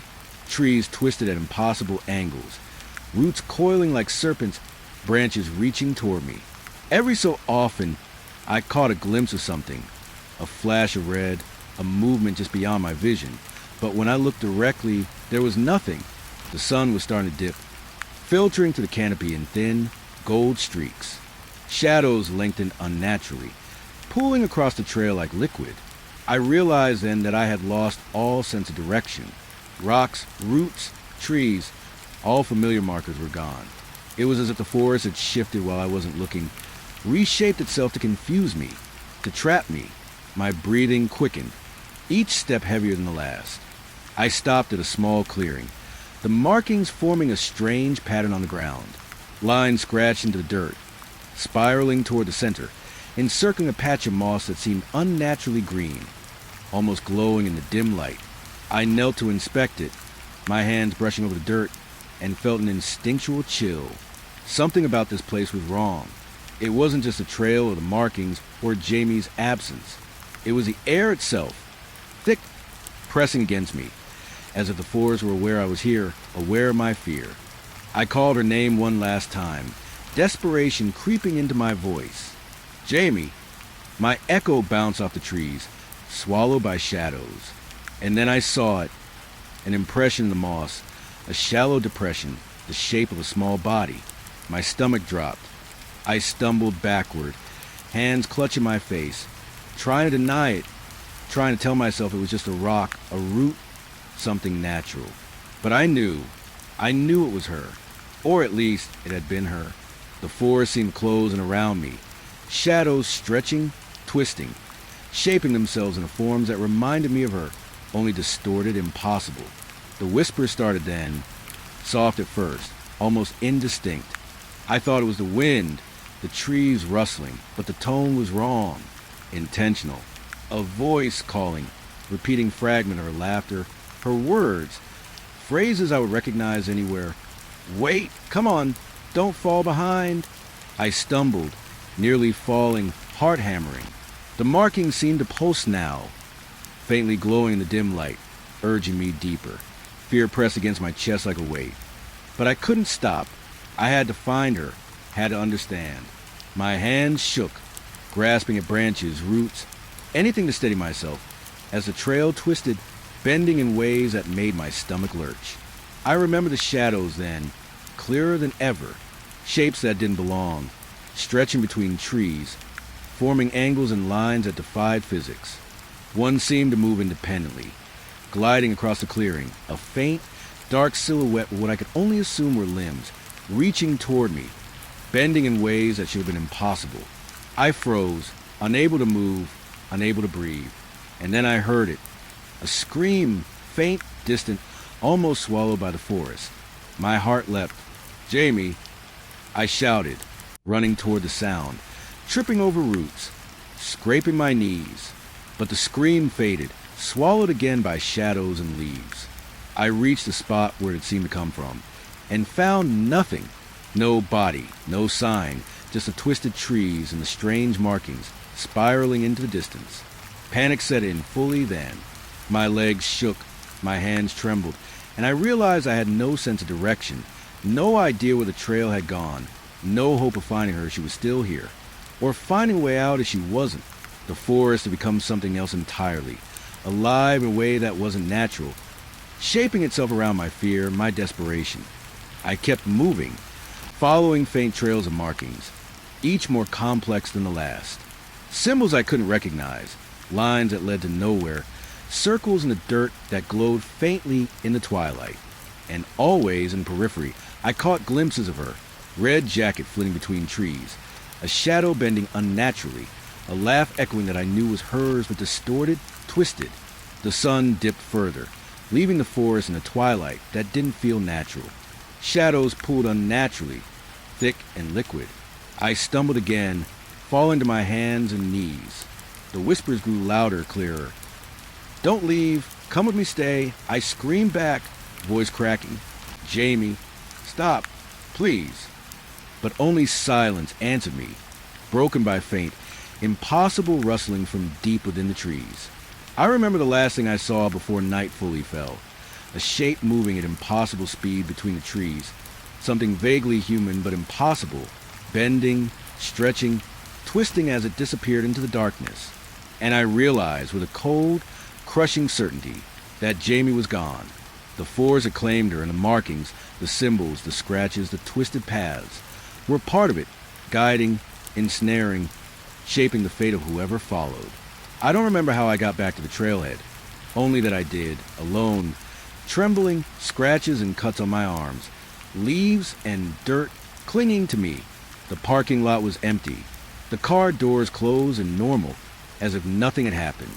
And yet I knew better. Something had shifted in the forest. Something had claimed Jamie, and the marks remained, waiting for the next person who followed the trail, the next person who didn't notice the patterns, the next person who thought it was just a hike. Even now, weeks later, I can't shake it. I see scratches on trees, faint lines in the dirt, shadows that linger too long. I hear whispers when the wind blows through the woods. And I know, somewhere out there, Jamie exists in pieces, in reflections of shadows, in echoes of forest, never fully gone, never fully free. And the trail waits. Always.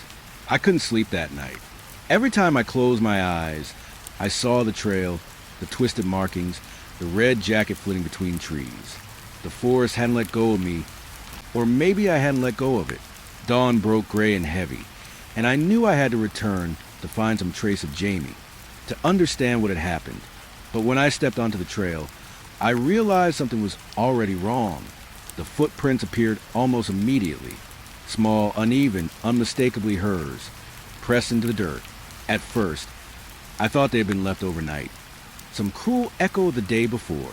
But then I noticed they weren't following the path forward.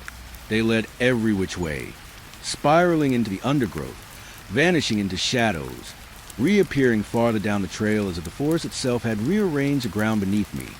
I called her name, voice trembling, but only the wind answered. The footprints twisted in impossible ways, circling trees, leading up inclines that looked far too steep to climb, vanishing abruptly, only to reappear on the other side of a fallen log, or along the bank of a stream I hadn't noticed before. My stomach churned. This wasn't natural. This wasn't normal. And the forest, it was alive. It was shaping itself around her, or shaping itself around me. I followed the prints cautiously, the ground soft beneath my shoes, the damp scent of pine thick in my nostrils. I noticed other signs, subtle at first. Broken twigs bent downward, leaves pressed flat, stones shifted. Each sign felt deliberate, guiding, teasing, whispering. I realized with a cold certainty that I wasn't just following footprints. I was being led, drawn deeper into the forest, deeper into its shadows. A rustling sound caught my attention, branches snapping softly, something moving just out of sight. I spun, heart hammering, scanning the trees. The forest was quiet again, except for the whisper of the wind and the distant cawing of a crow. My pulse raced. I thought I had imagined it, but then I saw it, a flicker of movement behind a tree, A shadow that didn't match anything I knew. It was too fluid, too deliberate, moving almost like it was aware I was watching. The footprints twisted again, bending into shapes that didn't make sense, spiraling in patterns that were impossible. I crouched, examining them. The impressions pressed into the dirt like ordinary footprints, yet they defied logic. Some left no depth at all, almost floating above the ground. Others sank unnaturally deep, as if whatever had made them weighed more than any human could. And each time I looked up, I felt eyes on me, tiny, insistent pricks of awareness, always just out of focus. I called Jamie's name again, my voice raw. "Jamie, I'm right here. Please." Silence answered me, thick and suffocating. And then the footprints moved again. I blinked, and a set of prints that had been inches ahead vanished entirely, replaced by another set curling behind me, as if she had doubled back without my seeing. My hands shook, knees weak, as the forest twisted, bending reality around me. Every so often, I caught glimpses of her, though never fully. A flash of red among the shadows, a hand raised in the corner of my vision, a familiar laugh caught and warped by the wind. My heart pounded so hard, I thought it would burst from my chest. I stumbled forward, following the impossible trail, ignoring the deep unease curling in my stomach. The air felt heavier now, thick with a scent I couldn't identify, sweet and metallic at once, damp and warm, like iron mixed with decay. My breathing grew shallow, rapid. The footprints seemed to pulse with some invisible energy, guiding me deeper into the woods, leading me past familiar trees that now looked alien, their branches twisting in impossible angles, roots coiling like snakes across the trail. I caught sight of another mark, deep gouges in tree, carved in shapes I couldn't recognize, resembling the markings I had seen the day before. But now they were accompanied by something else. Faint scratches on the ground that weren't footprints, not human, not animal. Something entirely different.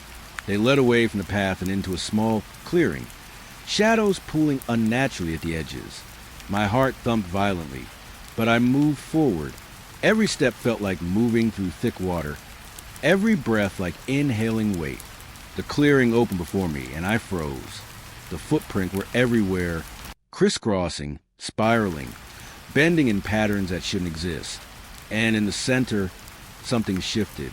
A dark figure, or the impression of one, leaned against a tree, too thin, too tall, limbs stretching in ways that made my stomach turn. I called her name, voice cracking, but the figure didn't move. My mind screamed at me to run, to turn back, but I couldn't. Some part of me was drawn, compelled, as if the forest had tethered me to this place, to the trail, to her. The footprints twisted again, leading away from the figure, deeper into shadows I didn't dare enter. I followed, shaking, heart hammering, aware that each step was a step further into something I couldn't understand. The whispers started then, faint and curling, threading through the trees. I couldn't catch the words at first, only the tone, insistent, pleading, warning. I pressed my hands to my ears, trying to block them, but they were inside my skull now, curling around my thoughts. And then I understood. The forest was speaking, or at least something inside it was. Something that knew me, knew Jamie, knew every step we had ever taken. I stumbled again, nearly falling, and caught sight of the footprints. They were changing as I watched. Some vanished completely, others deepened, curling back toward me, then forward again. The patterns were impossible, looping, folding in on themselves. I realized with a sinking dread that I could never truly understand this trail, that it existed in some logic beyond mine, beyond reality, beyond hope. A rustle to my right made me spin. The shadow was gone, replaced by a tree trunk, ordinary again. But the footprints remained, leading me toward a narrow path I had never noticed, a path that twisted unnaturally between gnarled trees, branches forming arches that seemed to bend downward as I passed, enclosing me. My skin crawled, my throat dry. The whispers continued, fragments of Jamie's voice. "Come, don't stop, follow me." I wanted to turn back, to run, to escape the forest grip. But the footprints, they were the only tether to her, the only proof that she had been here, that she was still here, somewhere. I forced myself to follow, each step heavier than the last. sweat running down my spine, heart hammering in my ears. The trail led me past familiar landmarks twisted into impossibility. A stream that curved back upon itself, a fallen log taller than it should be, rocks stacked in spirals that defied balance, and everywhere the footprints, impossible, vanishing, reappearing, teasing, guiding, shaping me, tethering me to something I couldn't fight, couldn't comprehend. At one point, I stopped, hands on my knees, gasping for air. I couldn't process what I was seeing. The forest had become something alive, something that bent around my fear, that responded to my desperation. I felt it pressing in, shaping the trail, the shadows, the light, pulling me deeper. And through it all, the footprints remained. She had been here. She was here, and yet she was gone. The sun dipped lower, casting long shadows that pooled across the twisted trail. I realized then with a cold, sinking certainty that the forest had claimed her, or at least some part of her, folded her presence into every branch, every root, every shadow. And now, I was caught in the same logic, the same pull, unable to escape, drawn further along the impossible path. I stumbled into a clearing I didn't recognize. The forest around me silent, heavy, waiting. The footprints ended here.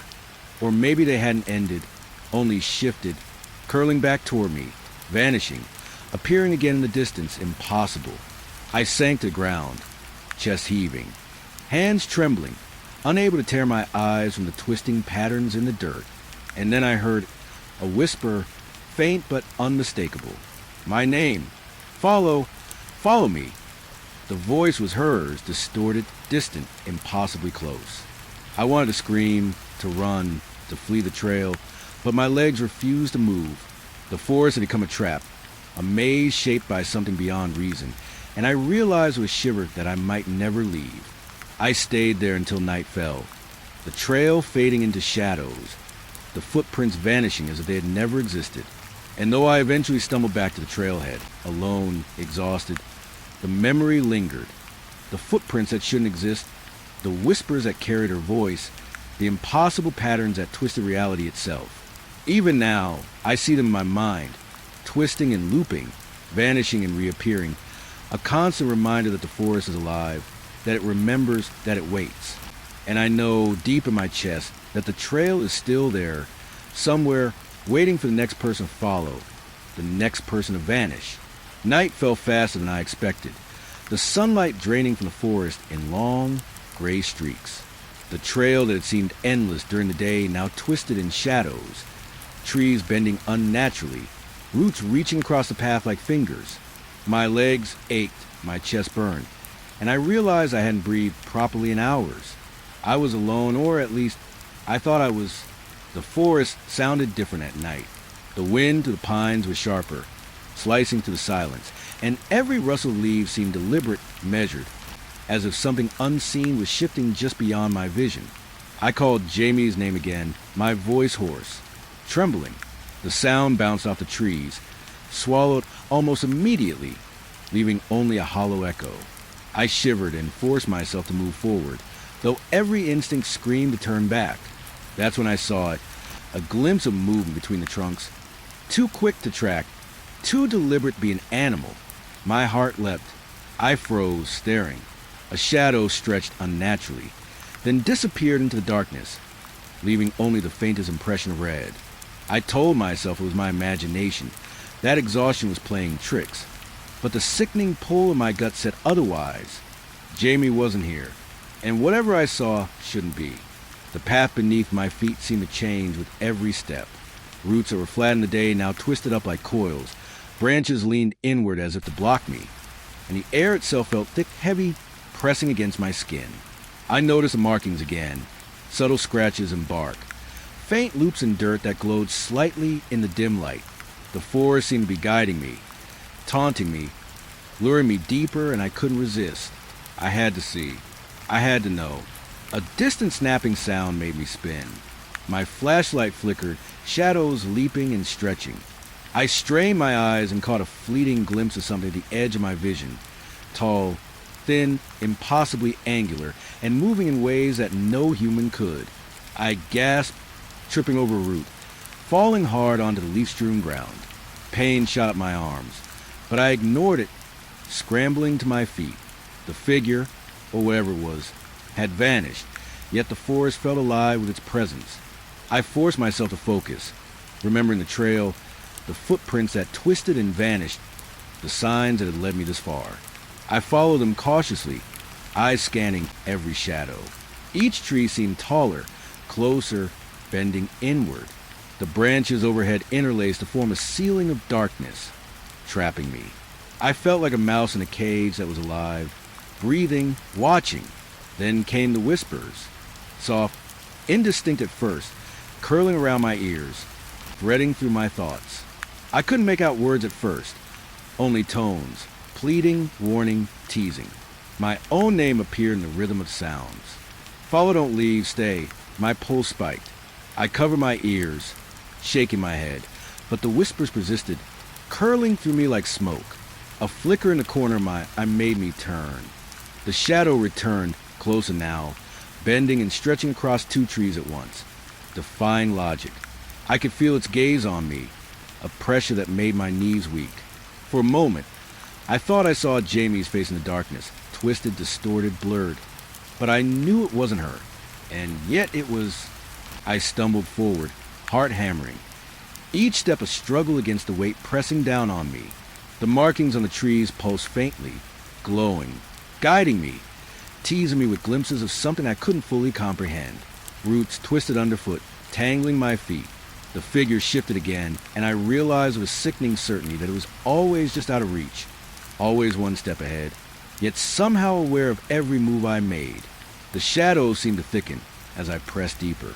Branches curled toward me like claws, scratching at my arms, snagging my hair.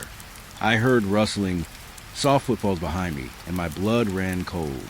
I wasn't alone. The forest itself seemed alive, guiding, pressing, whispering. I tried to call out, but my voice cracked, swallowed by the dense, unnatural air. I came upon a clearing, though clearing seemed a lie. The space was small, tight, suffocating, and the shadows pulled unnaturally along the edges. The markings were here too, etched into the dirt in spirals and jagged lines, glowing faintly in the dim light. And there in the middle, the figure stood impossibly still, unnervingly calm. It was tall, thin, angular, and yet familiar. Something about its posture, the way it shifted slightly, reminded me of Jamie. But it couldn't be. It wasn't. The whispers intensified, threading into my thoughts, repeating fragments of her voice. Come, follow, stay with me. My chest tightened, my legs refused to move. I wanted to run, but every path seemed twisted, closed off, bending toward the figure. It was as if the forest itself had reshaped to trap me, to fold space around the presence in the clearing. I forced my gaze on it. The figure tilted its head unnaturally, shadows stretching from its form to the trees, curling and twisting as if alive. My stomach knotted. My mind screamed to flee, but my body froze. I could feel it, not just a presence, but intent, something intelligent, something aware of me, of my fear, of every step I had taken. Then it moved, not in steps, not like a human, but fluidly, stretching across the clearing, bending impossibly through the shadows. My legs screamed at me to run. I stumbled, nearly falling, tripping over roots and dirt, heart hammering so violently I thought it would burst from my chest. And yet, when I looked back, it was gone. Or maybe it never had been fully there. Only a trick of the shadows, a fragment of the forest itself taking shape. I pressed forward, desperate, shaking, following the faint glow of the markings that seemed to pulse with every heartbeat. The whisper persisted, threading through my mind. Follow, don't leave, come. I realized then with a sinking dread that the forest wasn't just hiding something. It was shaping reality itself, bending space and time around the presence that had claimed Jamie. Branches scraped my arms, leaves clung to my hair and clothes, and the air grew colder, damper, heavier. I couldn't breathe normally. Each inhale felt like dragging weight into my lungs. Shadows pulled thicker now, curling around trees, along the path, following me, mimicking every move I made. And still, glimpses of the figure appeared, fleeting impossibly fast, twisting through the darkness. I came to a narrow path where the trees leaned inward, forming a tunnel of shadows. The markings glowed faintly along the bark, leading me further into the heart of the forest. I realized then that this was no longer a trail. It was a lure, a web, a pattern laid out, a guide to ensnare, to trap. I shivered, chest tight, and pressed forward, unable to resist. The forest seemed to pulse around me. Every sound, every rustle, every shifting shadow heightened my fear. I felt eyes in the darkness, watching, assessing, aware of every breath, every trembling step. The whispers wrapped tighter around my mind, repeating her voice, twisting it. Stay, follow, never leave. I stumbled into another clearing, wider, darker, the shadows pooling like liquid.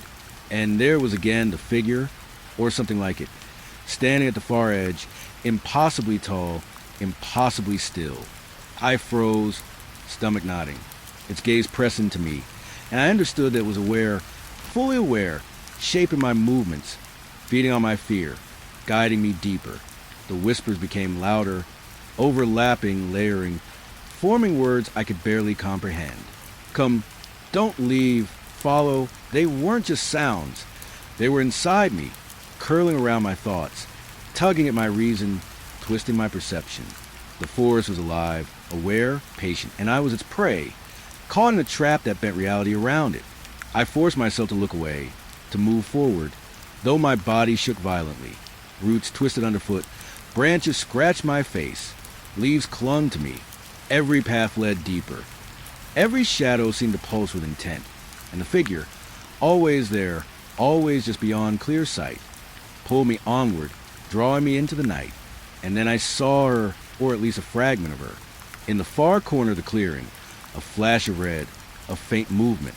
I stumbled toward it, heart hammering, and the shadows shifted impossibly, folding around her, around the figure, around me. My mind reeled. I couldn't understand it, couldn't explain it, couldn't fight it. Night had fully fallen, and the forest was a living, breathing entity of darkness and intent. The figure remained just out of reach, glimpsed between trees, reflected in the faint glow of markings, twisting in impossible ways. And I knew with the deepest certainty that the forest had claimed her. It had shaped itself to hold her, to twist her presence into every shadow, every whisper, every impossible angle of the trees. And now it was doing the same to me. I stumbled, nearly collapsing, and realized that this wasn't about survival. It was about being remembered, or maybe being folded into the forest itself, becoming a shadow, a whisper, a fragment in the dark. And the figure, whatever was, waited patiently, knowing that I would follow, knowing that fear would guide me, knowing that nightfall in the pines had claimed another heart, another presence, another fragment of what had been alive. The forest was silent in a way that pressed against me, heavy and watchful, as I stumbled through the undergrowth. Every step felt like it echoed in the space between reality and something else, something that I couldn't name, but that I knew was there. The sun had long since vanished, leaving the canopy above thick and dark, shadows pooling in corners that should have been empty. My flashlight cut through the gloom, a weak, trembling line of yellow against the black. I followed the trail, or what I thought was a trail. The markings, faint scratches on trees, loops pressed into dirt, had guided me this far, but now they were inconsistent, vanishing entirely at moments and reappearing somewhere I didn't expect. My hands were scraped and dirty from gripping roots and pushing through branches, and my breathing had grown ragged, each inhale heavy, weighted with fear. Then I saw the clearing. It wasn't large, but it was unmistakable. The forest opened suddenly, a circle of shadow surrounded by trees that bent toward the center, forming a natural, oppressive dome. The ground was bare dirt, almost perfectly smooth as if scraped clean. I froze, heart hammering, my flashlight shaking in my hands. This was the spot. This had to be where Jamie was. Or should have been. I called her name, voice breaking. Jamie, please, where are you? The clearing swallowed my words. The echoes bounced weakly off the twisted trees, fading almost instantly. I stepped forward slowly, careful not to disturb any evidence, anything that could tell me she had been here. But the space was empty. Nothing.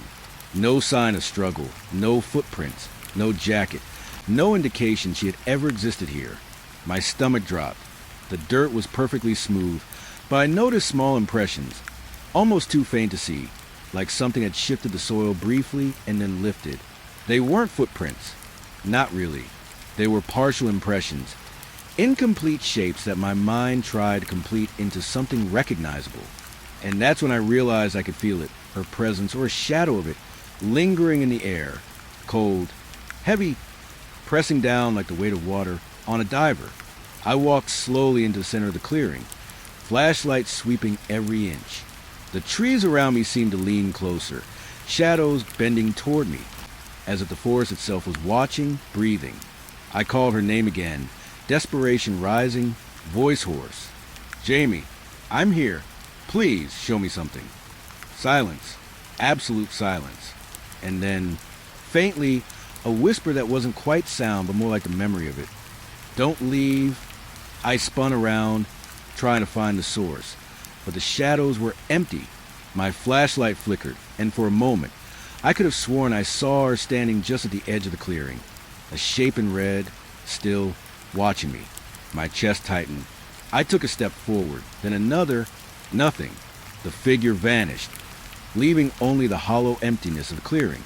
I sank to my knees, hands clutching dirt, trying to comprehend. How could she simply vanish?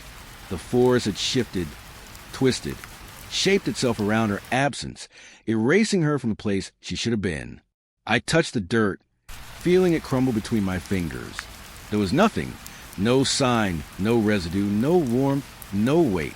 It was as if the clearing had swallowed her whole and spat out only emptiness. The whisper came again, closer this time, curling around me, threading through my mind. "Stay, follow, never leave." My hand shook. My pulse rattled in my ears. I wanted to scream, to run, but my legs were led. The forest had me, just as it had claimed her. I realized then that this wasn't a place where humans acted or survived.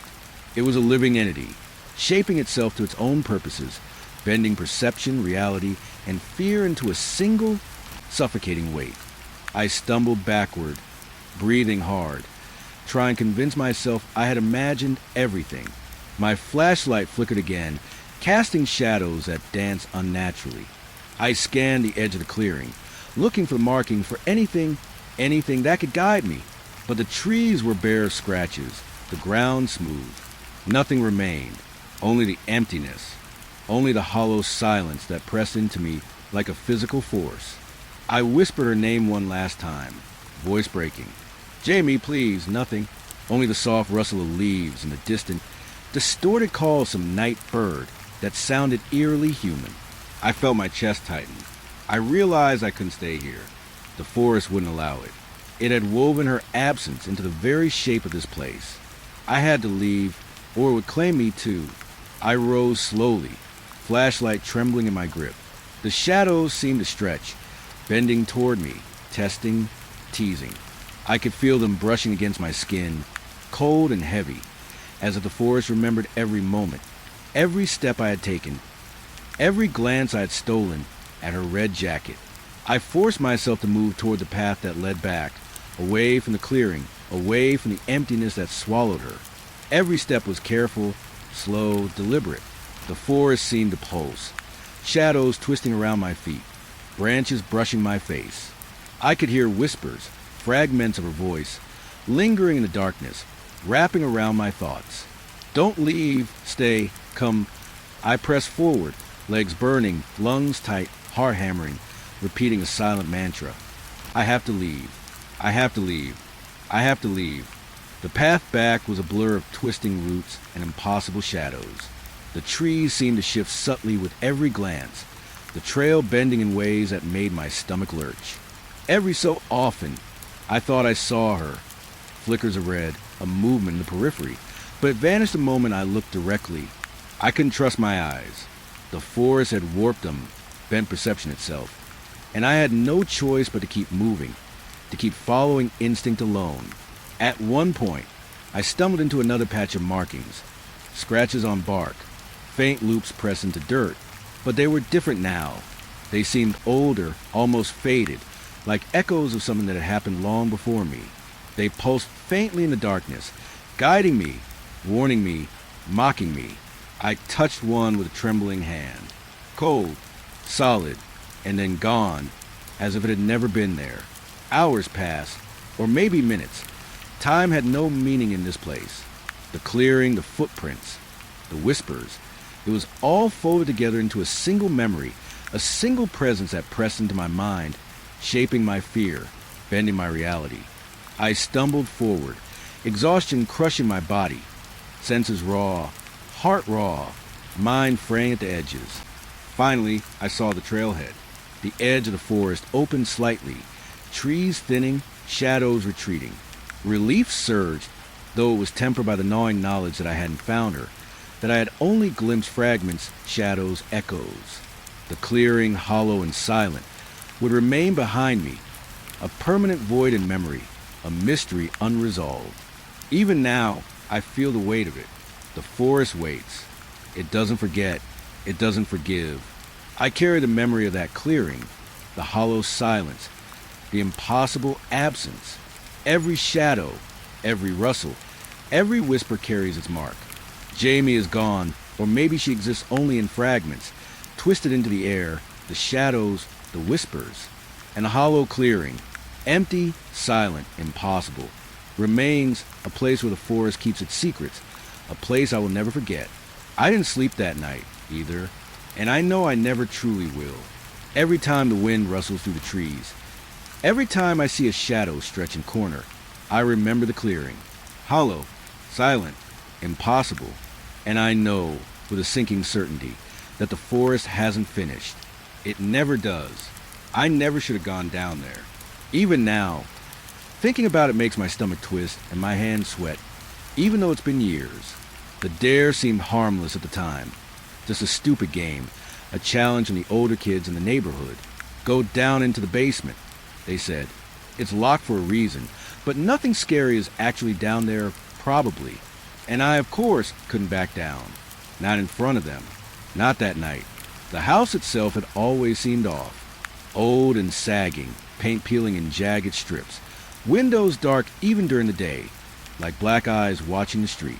Everyone in town whispered about the basement. A kid had vanished there a few years back. Just gone. The police searched, neighbors whispered, and eventually the basement door was sealed shut.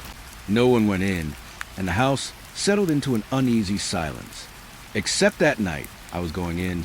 I remember standing on the cracked sidewalk, flashlight in hand, the neighborhood quiet except for the occasional barking dog and the hum of distant cars. My friends ho behind me, egging me on, voices low but excited.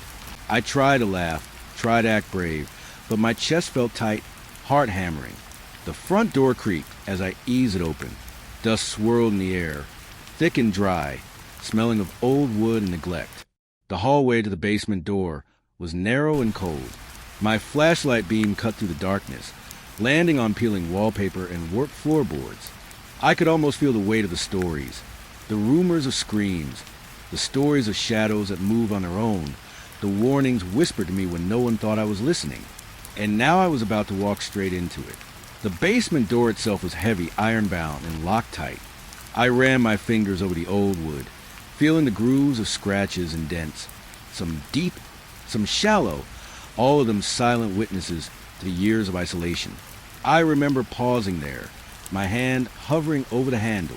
There was a chill in the air, not from the night, but from something else, something that waited, patient, in the darkness beyond. My friends dared me again. "Just open it," one shouted. My hand shook, but I found a key hidden under the flower pot on the porch, a rusted thing, old enough to feel almost alive. The key slid into the lock with a reluctant groan. It turned slowly, resisting, as if the door itself didn't want to open. My breath hitched. I forced the door ajar, the hinges shrieking, a sound that cut through the silence like a scream. Darkness swallowed me. The stairs descended into blackness that seemed to pull at the edges of my mind. My flashlight flickered as I stepped forward. The air grew colder, damper, smelling of earth and mildew. I could hear the floorboards creak under my weight, though the sound felt magnified, echoing in the tight, silent space. I swallowed, trying to steady my shaking hands. I remember the first thing I noticed. The walls, old, rough stone, streaked with something dark that I didn't want to look at too closely.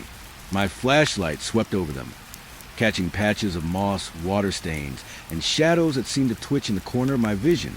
I shook my head, telling myself it was just my imagination, but the air felt wrong. Dense, heavy, almost alive. I stepped further down, every step slower than the last, heart hammering so hard it felt like it would burst from my chest. My flashlight caught the edge of something, writing on the wall, almost invisible in the dark. I leaned closer, letters scratched into the stone, deep and jagged. Don't come down here. They're waiting. My fingers trembled. I don't know why I touched it, why I traced a rough grooves, but I did. The stone was icy, and I could feel the words pulse beneath my fingertips, like they weren't just carved, they were alive. A sound made me jump, something shuffling, soft, far below. I spun my flashlight around, and for a split second, I thought I saw a figure at the edge of the beam. No face, no shape I could clearly identify, just a dark blur that melted into the shadows the moment I blinked. My chest tightened. I could feel the air grow heavier, pressing against me. I wanted to run, but I couldn't. My legs wouldn't move. I remember stepping deeper, almost hypnotized, drawn by the impossible need to see, to understand. The basement seemed to stretch further than it should, longer, narrower, deeper. Every step made the shadows dance in ways that didn't match the light. I called out, my voice echoing, cracking. Hello? Is anyone here? Only the walls answered, with silence that pressed like a weight on my shoulders. Then I saw it, a small pile of objects in the far corner. At first, I thought it was old junk, boxes, broken furniture. But as my flashlight swept over them, I noticed something else. A shoe. Then another. I froze. The shoes weren't old. They looked like they belonged to a kid, small, worn just enough to seem real, recent. My stomach twisted. My mouth went dry. The stories weren't just stories. I stepped closer, each movement deliberate, careful. The shoes were scattered, almost as if someone had dropped them and fled. I noticed a faint, dark stain near them, something that made about a rise in my throat. My flashlight flickered, and in that brief shadow, I saw it, a shape, just beyond the beam, crouched low, impossibly still.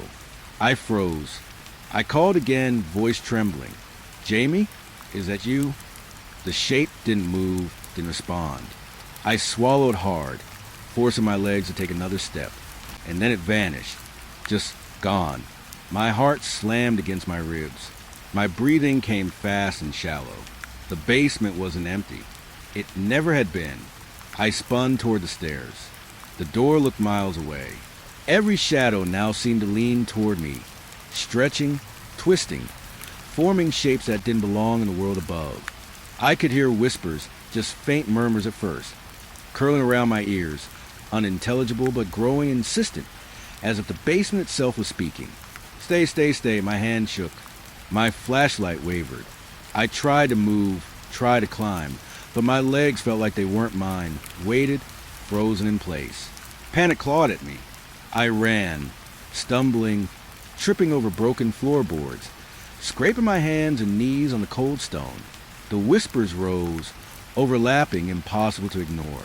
Shapes darted just beyond the beam of my flashlight. Figures, shadows, twisting forms that didn't obey any law of physics or reason. I screamed. My friends shouted from above, voices distorted by distance, by panic, by the air itself. Finally, I reached the stairs. My hands trembled as I fumbled with the latch to the front door. The light from outside, from the world above, felt like a miracle. I flung myself through the doorway, tripping onto the porch, gasping, shaking, covered in dirt and sweat. The basement door slammed behind me with a sound that rattled the house itself. I never went back. I never dared. But even now, years later, I remember the weight in that basement, the cold, the whispers, the feeling that something was there, waiting, patient, always watching. The rumors were true. Something had been locked away. Something that shouldn't have been touched something that had claimed space and shadow for itself. I think about that basement almost every night. I think about the shoes, the stains, the whispers curling into my mind like smoke. I think about the figure, crouched in the shadows, so still, so impossibly wrong. I tell myself it was just fear, just imagination, but deep down, I know better. That basement still waits, still remembers. And sometimes when the wind shifts just right, I swear I can hear it calling, "Come back, stay forever." Even now, I shiver thinking about it. Even now, I can feel the basement's presence, somewhere beneath the floorboards, beneath the earth, beneath the house, waiting, watching, remembering, and I will never, ever forget it. The basement wasn't just dark, it was wrong. Even the air felt unnatural, heavy, pressing against my skin like an invisible weight. I had convinced myself I could just go in, check it out quickly, prove the rumors wrong, and leave. But the moment I crossed the threshold, a chill wrapped around me, crawling under my clothes, biting into my bones. My flashlight's beam barely cut through the thick darkness, illuminating walls that looked older than the house itself, streaked with moisture and the faintest shadows that flickered at the edge of my vision. I stepped carefully down the first creaking step, and a draft snaked around my ankles, cold, unnatural, moving against the air from nowhere. It smelled damp, earthy, metallic. I swallowed hard, trying to keep my hands steady. The door slammed shut behind me, though I hadn't touched it, and the sound made my chest tighten. Silence followed, thick, tense, almost alive. I realized my own breathing was loud, echoing off the stone walls, bouncing back at me. I moved deeper, flashlight sweeping the corners. I felt like I was being watched, though I knew it was just my mind trying to make sense of the dark. Shadows stretched and shifted along the walls, unnaturally long, moving in ways that defied logic. I shook my head. It's just tricks of the light, just shadows, nothing else. But the cold draft didn't stop. It whispered around me, curling into my ears, brushing my neck. I could swear it carried words. Faint, impossible to understand at first, almost like breath, like the hushed syllables of someone trying not to be heard. "Hello." My own voice sounded alien to me, swallowed immediately by the air. Only the faint echo returned, distorted, warped, curling around the corners of the basement. I took another step. The beam of my flashlight landed on the far wall, and I froze. There were marks there, small, shallow scratches, etched haphazardly into the stone. At first, I thought they were just natural grooves, but then I realized they formed lines, loops, letters, symbols that didn't make sense but made my stomach twist. Someone had been here, or something, and it hadn't left. A sound made me jump. Footsteps? No, not mine. Something lighter, almost fleeting, moving somewhere just out of reach. My flashlight trembled in my grip. My chest tightened. "Who's there?" I whispered, though the sound barely left my lips. No answer came, only the faintest shuffle of air, a movement in the corner of the beam. I swiveled, heart hammering, trying to catch it, but there was nothing, just shadows, twisting, curling, as if the walls themselves were breathing. The basement seemed to stretch, impossible distances unfolding before me. I took another step, and the temperature dropped further. My breath came out in little clouds, visible in the weak circle of light. I shivered violently, wrapping my arms around myself. It wasn't just cold, it was penetrating, as if the basement itself was alive, reaching in, trying to seep into me. Then the whispers grew louder. Not words I could understand, but tones, phrases, echoes of voices I remember from years ago. Faint, almost childlike, curling around me. The hair on my arm stood on end. My mind tried to rationalize, to dismiss it as imagination or nerves, but my gut told me otherwise. Someone or something was here, watching, waiting. I pressed forward cautiously. The floorboards creaked under my weight. The sound amplified, bouncing back in odd, dissonant echoes. Shadows shifted along the walls, bending unnaturally, lengthening and shrinking with no apparent source. I saw a movement out of the corner of my eye. A dark shape crouched low, just beyond the flashlight beam. I swung the light around. Nothing. My pulse spiked. I tried to calm myself. It's just nerves. It's just shadows. The stories aren't true. But the cold seemed to thicken around me, brushing against my face and neck like invisible fingers. The whispers intensified, curling around my mind, threading into my thoughts. I could almost make out words. Stay, don't leave, come follow. My chest tightened so sharply I thought I might pass out. I stumbled further, shining my flashlight across the basement. Old boxes, furniture, forgotten junk littered the floor, but nothing made sense. Objects seemed to shift subtly when I wasn't looking directly at them. A chair I thought I passed was suddenly nearer. A box I stepped around was now in the center of the path. The basement wasn't just a place. It was bending, reshaping, alive in ways I couldn't comprehend. Another shuffle, soft, just behind me. I spun around. Nothing. My heart raced. I wanted to leave, but my feet refused to move at first, caught in the cold, in the weight, in the fear curling tight around my spine. My flashlight wavered, flickering as if the bulb itself was resisting the darkness. I pressed forward, each step deliberate, careful. The shadows seemed to lean closer. I could see them crawling along the walls, stretching toward me, touching me with something intangible but real. My hands shook. I reached for the far wall to steady myself, and the stone felt icy, almost wet. A mark caught my eye, another set of scratches, deeper, sharper. This time, I noticed shapes within the scratches. Faces? Eyes? Impossible.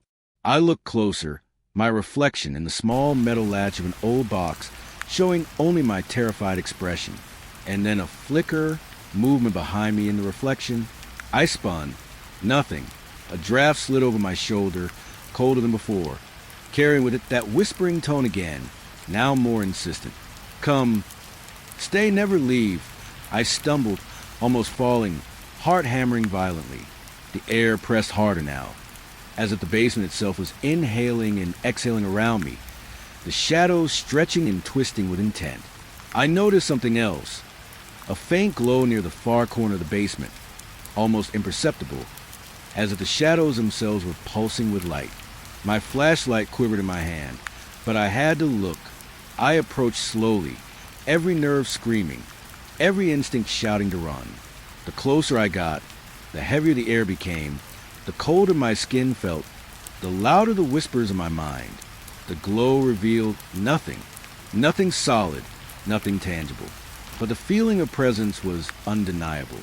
Someone or something was crouched just outside the edge of perception. I could sense it moving with me, aware of me, following me. My stomach twisted, while rising. I wanted to scream, to flee, but my legs refused to cooperate fully. I took a step back, trying to get out of the basement, toward the stairs.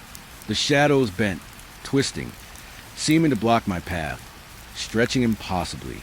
The whispers grew frantic, overlapping, echoing inside my head. Don't leave, stay, follow. The air pressed in, thick and choking. My flashlight flickered violently, and for a moment I saw it, a figure crouched, impossibly thin, merging with the shadows, watching, waiting. I stumbled, almost falling, and the figure, or the shadows where it should have been, vanished, leaving only the cold, the whispers, and the heavy press of the basement around me. My legs finally obeyed, running toward the stairs, hands fumbling on the old wood, heart hammering so violently I thought it would break through my ribs. The stairwell seemed impossibly long. Shadows clung to corners, moving with intent, bending and twisting with the beam of my flashlight. I could hear shuffling behind me, always just out of reach, always watching, always present. The whispers continued, threading into my mind, insistent, patient, impossible to ignore. Finally, I reached the top step. I threw the basement door open, spilling out into the night. The cool air of the outside world hit me, almost violent in contrast to the thick, living cold below. I collapsed on the porch, gasping, trembling, hands raw from gripping the railing. The basement remained behind me, silent. Shadows still moving somewhere I couldn't see, whispers still curling into the edges of my thoughts. I never returned. I couldn't. Even thinking about going back made my chest tighten, hands sweat, and stomach twist. The basement was alive, patient, waiting, and I had glimpsed only a fraction of it. The cold, the shadows, the whispers, they stayed with me long after I left. Even now, years later, when I'm alone in my room and a draft slides on the door, or the wind shifts just right outside my window, I remember. I remember the press of the cold, the curling shadows, the persistent whispers, always patient, always watching. Something or someone remains down there, waiting, shaping the darkness, bending the basement into a trap for the next fool who dares enter. And I know that the basement will remember me, too. The memory of my presence will linger, etched into shadows, carrying the cold, whispered through the walls, patient and waiting for the day someone else comes down into the dark. I should have turned back the moment I felt that cold press against my chest, the moment the whispers grew persistent, curling into my skull like smoke. But something, curiosity, foolish courage, or just the numb stubbornness of youth, pushed me forward. I kept descending into the basement, deeper than I had ever gone before, past the spots where shadows seemed thickest, where the air carried the weight of unspeakable things. Each step was a negotiation with fear. My flashlight beam trembled, flickering against the jagged walls, catching glimpses of shapes that weren't supposed to be there. Old furniture leaned at impossible angles. Boxes I was certain I had passed were now stacked in strange formations. The floor seemed to stretch, bend, and the shadows followed my every movement, twisting around corners and curling over the ceiling like living smoke. My heart pounded so hard I thought it might shatter my ribs. The whispers were louder now, layered, overlapping, in a tone that felt like a child's cry but distorted, stretched, warped. I wanted to run, but the basement seemed to expand, each step forward demanding another, and then I heard it. The first real sound that wasn't just air, the first sign that something alive was near. A low, guttural noise, almost a growl, resonated from the far corner. My stomach knotted. I froze, flashlight shaking, the beam landing on a space that should have been empty. Something moved, just at the edge of the light. A shadow shifted. Not like the others. This one had weight, intention. My legs locked. My breath caught in my throat. My mind screamed at me to run, to flee back to the stairs, to leave this cursed place. But my body refused to obey. The whispers formed words, clear enough to make my skin crawl. Stay, stay forever, don't leave. I tried to speak, tried to call out, but only a strangled gasp escaped. My flashlight caught the glint of eyes. Far too many eyes, reflecting in the darkness. Not human, something inhuman. I wanted to tear my gaze away, but I couldn't. The eyes moved closer, shadows stretching like tendrils, curling and slithering toward me. I stumbled backward, nearly falling over a crate, scrambling to retreat. Panic finally broke my paralysis. I ran. The basement seemed endless, twisting around itself, the stairs always just out of reach. The shadows surged, rushing toward me, pressing against me, brushing over my arms and legs with a cold, sharp touch of knives. The whispers turned into screams, overlapping a cacophony that pierced my head, screamed into my chest, rattled my soul. I fell, hard. My flashlight skittered across the floor, its beam landing on a shape I will never forget. Not human, not animal, something else entirely. It crouched low, impossibly thin, its limbs long, stretching and bending in ways that made my stomach lurch. It moved like water, liquid and alive, its head tilting with a semblance of curiosity. My breath left me in a strangled sob. I tried to scream, but my voice failed. The shadow's eyes, black voids within a darker void, locked onto mine. I felt an impossible weight pressing into my mind, memories not my own whispering in my head. Laughter, tears, fear, moments of being trapped. I couldn't tell if they were mine or someone else's. I could feel it reaching, tendrils brushing my thoughts, probing, testing. My hand shook, heart hammering violently, and then it lunged, or at least I thought it did. The darkness enveloped me for a second, suffocating, crushing. I screamed, something primal leaving my lips, and scrambled toward the stairs. The basement seemed to shift, twist, corridors stretching impossibly long, corners moving out of place. Every step was a fight, a struggle against something that wanted to pull me back, to trap me, to claim me. I made it halfway up the stairs when I felt it. A cold hand, impossibly thin, brushing the back of my neck. My skin crawled, goosebumps erupting, and I bolted, ignoring the scraping of my shoes against the old wood, ignoring the pain as I fell again, almost sliding back into the dark. The whispers had become a scream, a roar, a demand. Stay, you belong here. Finally, I reached the basement door. My fingers fumbled on the latch, nearly fumbling it entirely. I wrenched it open, yanking myself out into the night. The fresh air hit me like a wave, warm against my freezing skin. I collapsed onto the porch, trembling violently, heart racing, vision blurred. Behind me, the basement seemed impossibly silent, still, but I could feel it, alive, patient, waiting. I didn't look back. I didn't check the windows. I didn't listen for footsteps or whispers. I ran. I ran down the street, through the darkened neighborhood, past the old street lamps, until my legs shook violently and my lungs burned. I didn't stop until I reached the safety of my house.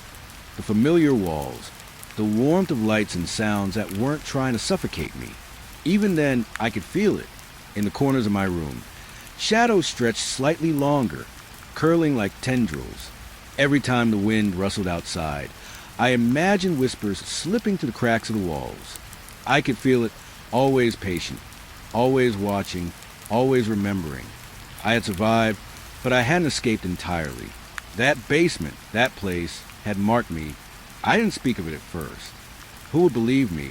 The whispers, the shapes, the impossibility of what I saw, it was too much for words.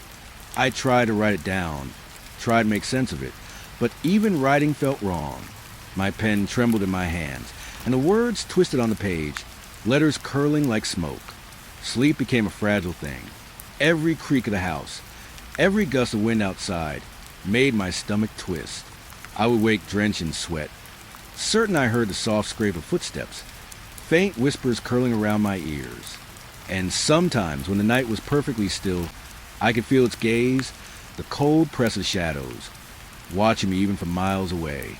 The thing in that basement never left. I know that now. It doesn't need a body. It exists in the cold, in the silence, in the impossible corners of the world where shadows gather. It waits for anyone foolish enough to enter, to wander too far, to see what shouldn't be seen. And it remembers. I remember the shoes on the floor. I remember the scratches on the wall. I remember the first glance of those inhuman eyes, the tendrils brushing against my mind. I remember the whispers turning into screams, the pressure that made it impossible to think, impossible to move. And I remember the way the darkness reached for me, patient, relentless, shaping the basement around its will. I survived, barely, but sometimes I wonder if I truly escaped. The memory of that night is etched into me. The basement is alive, patient, remembering every footstep, every gasp, every tremor of fear. And I know, deep down, that I will never be free of it. That house, that basement, that darkness, it's still waiting, still shaping, still calling to the next fool who dares enter. Even now, I can hear it when I'm alone. The faintest whisper, just at the edge of hearing, curling around my thoughts. Come back, stay forever. I tell myself it's just my imagination. But deep down, I know better. It isn't imagination. It's patient. It's watching. It's waiting. And someday it will claim again. I will never return. I don't need to. The basement, the shadows, the cold, they're immortal. And the memory of that night is forever. I never thought a simple dare could lead to a night like that. The mall had been closed for hours. The heavy glass doors locked and guarded by silence. But my friends insisted, daring me to meet them there, to sneak inside and prove I had guts. At first, it felt like any other childish challenge. Exciting, a thrill, but as soon as I stepped through that side entrance, the world shifted. The doors clicked shut behind me, and a strange stillness fell over the air.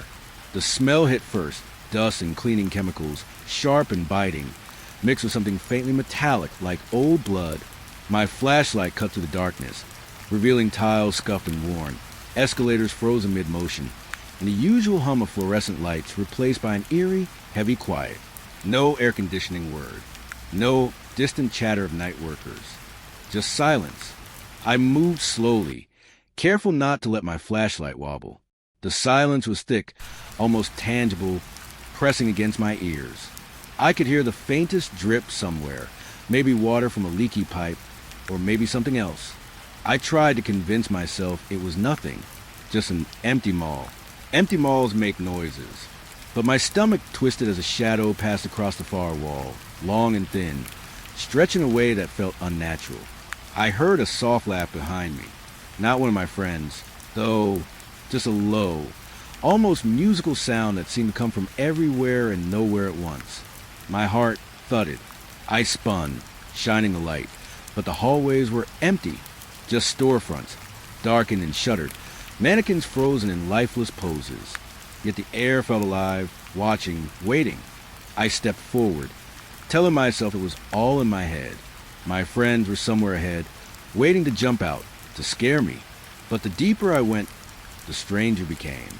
The air grew colder, not just a night chill, but a deep, sinking cold that seemed to brush along my spine. I could hear footsteps echoing mine, though I was alone. Every step I took was answered with a whisper of movement that wasn't mine. A flicker of light caught my attention in the food court. One of the stalls, the ones that always smelled faintly of popcorn, had a single bulb swinging gently, casting long, wavering shadows. I stepped closer. The smell hit me then. Something burnt, coppery. I thought it was a trash can, maybe some leftover debris. But when I shined my flashlight across the floor, I saw marks, smudges that weren't there before, streaks of something dark across the tiles, leading toward the back hallway. I froze. Part of me wanted to follow it. The thrill of curiosity stronger than common sense. Another part screamed at me to turn and run, to leave before whatever was noticed me.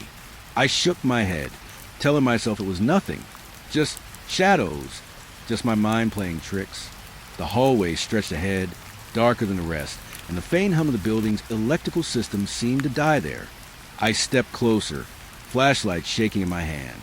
The floor tiles looked warped somehow, bending subtly like water ripples. The air carried a low vibration, almost a hum, threading into my bones. I could feel it. Something was here, just beyond sight, watching, waiting. I heard the soft scrape of a shoe behind me. I whipped around. Nothing, just more shadows, swaying in the dim light. My pulse throbbed in my temples. My legs felt heavy, anchored to the floor, but I forced myself forward. The marks on the tiles became clearer. They weren't footprints, not human ones, at least. Too thin, too uneven, almost as if they had been dragged. They led toward the maintenance doors. The ones I knew were always locked. I pressed on. My flashlight caught a glimpse of figure, low and crouched, moving just past the far doorway. My breath caught in my throat. I called out my friends' names, voice shaking. But the only response was the echo of my own words, bouncing back distorted, warped, like something in the building was mocking me. I stepped closer. The figure vanished. Just gone. My stomach twisted. I tried to convince myself it was a trick of the shadows, an illusion caused by the flickering light. But the deeper I went, the more the mall seemed to change around me. Hallways I remembered as straight stretched crookedly. Storefronts I had seen 100 times now had doors where there shouldn't have been. Windows showing interiors that didn't match the mall's layout. Then I heard it, whispering. Faint at first, curling around the walls, bouncing off the tiles, impossible to pinpoint. My name, not my full name, but fragments, syllables I recognized. My heart lurched. I spun, light slicing through the darkness, but I was alone. My flashlight flickered, and when it steadied, the mall looked normal. For a moment, impossibly normal, as if nothing had been wrong at all. And then I realized I wasn't alone. A shadow flitted across the upper balcony. Not solid, not fully visible, but I could sense it. Eyes, maybe, glowing faintly in the dark, focused on me. I backed away, almost tripping over a shopping cart, and the whispers rose, layering into a hum, threading into my head. My pulse throbbed, each beat a drum of fear. I wanted to run, but the mall seemed endless, stretching before me in impossible ways. Every hallway I thought I knew twisted. leading me deeper into darkness. The whispers were clearer now, voices overlapping, indistinct but urgent. I tried to make sense of them. Don't leave. Follow, stay. The words scraped against my mind, and a cold dread pooled in my stomach. I stumbled into the central atrium. The skylights overhead were cracked, letting in slivers of moonlight that danced on the floor. I could see the faint outlines of figures, crouched, hidden just at the edges of the light. Not my friends. Not human, I realized. They watched silently, unmoving yet alive in a way that made my skin crawl. The air was thick now, pressing against me like water. My flashlight trembled, and I dropped it briefly. When I picked it up, the figures were gone. But the shadows remained, curling unnaturally, reaching, stretching toward me. The whispers became shrill, frantic, echoing off the walls. My legs felt leaden, my lungs burning, but terror pushed me forward. I ran blindly, the tiles slick under my shoes, heart hammering, ears ringing with impossible sound. Finally, I saw the exit doors ahead. Freedom, at last. I lunged forward, hands on the glass, yanking at the handle. Locked. They had always been locked. Panic clawed at me, and I hammered on the doors, yelling, screaming. The whispers swirled around me, rising, pressing into my ears, making it hard to think. Then I felt it. Breath, not mine, hot and cold at once, brushing my neck, whispering directly into my mind, stay. I screamed, wrenching myself away, and in a blind panic, I darted toward the service stairs I had passed earlier. The tiles beneath me seemed to shift, the shadows twisting violently. I could hear footsteps echoing behind me, not my own, soft and deliberate. I stumbled down the stairs, one step at a time, heart pounding in my throat, until I reached the parking lot. The night air hit me like a shock. The moon hung pale and distant, the world ordinary again. The mall loomed behind me, silent, dark, impossibly still. I didn't stop to look back. I ran until my legs burned and my lungs screamed, until the mall became a distant silhouette against the night sky. Even now, the memory clings. The whispers, the cold, the shadows that moved when no one should have been there. They stay with me. I've told myself it was fear, imagination, adrenaline, but I know better. The mall was alive that night, watching, waiting. And if I had stayed a second longer, I don't know if I would have walked out at all. I never told my friends what really happened. They think it was just a silly dare, a thrill gone wrong. But I can still feel it sometimes. When I pass near the closed mall, a faint brush of cold against my skin, a whisper curling around my thoughts. The mall remembers, and I remember it. The night after that first visit, I couldn't sleep. My mind kept replaying the mall, the shadows, the whispers curling around my thoughts. I told myself I was imagining things, that fear had warped my memory, but a part of me knew I had seen something alive in that darkness, and it wasn't human.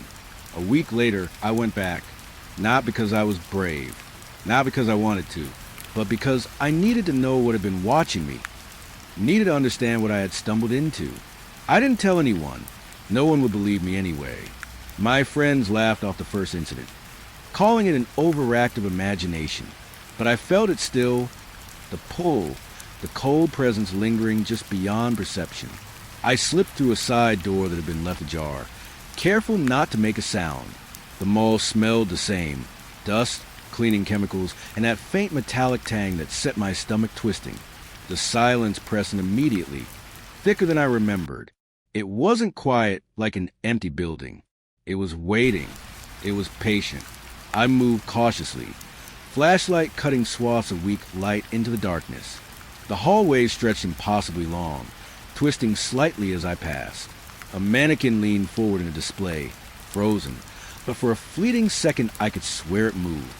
My stomach clenched, my pulse racing. I told myself it was a trick of the light, nothing more. Then I heard it, a faint shuffle, soft, deliberate, behind me. My heart froze mid-beat. I turned, shining my light down the empty corridor. Nothing, just the same closed storefronts, dark glass reflecting my trembling flashlight. Yet the sound persisted, soft but definite, following me. Every time I paused, it paused. Every time I ran, it quickened. I swallowed hard, moving faster.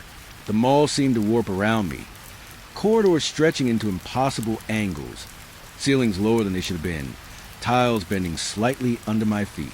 Shadows clung to corners, writhing, pulling unnaturally. And always behind me, that shuffle, those soft footsteps. I tried calling out my friends' names. Though I knew I wouldn't get an answer, my voice sounded strange, swallowed by the vast emptiness.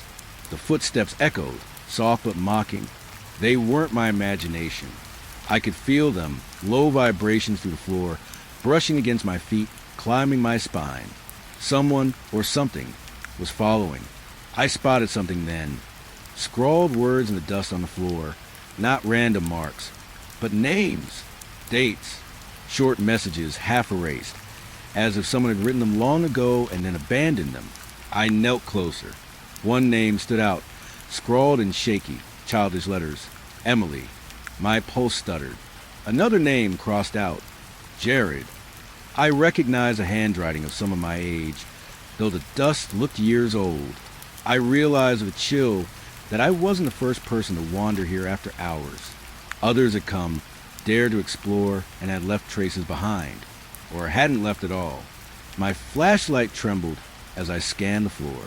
Footprints, half-faded, led down hallways that seemed to twist impossibly, and they stopped suddenly in places that made no sense. The last steps, always leading nowhere, always disappearing. A sudden draft brushed against my neck, cold and sharp. I spun around. Nothing, only the long stretch of corridor, empty and silent.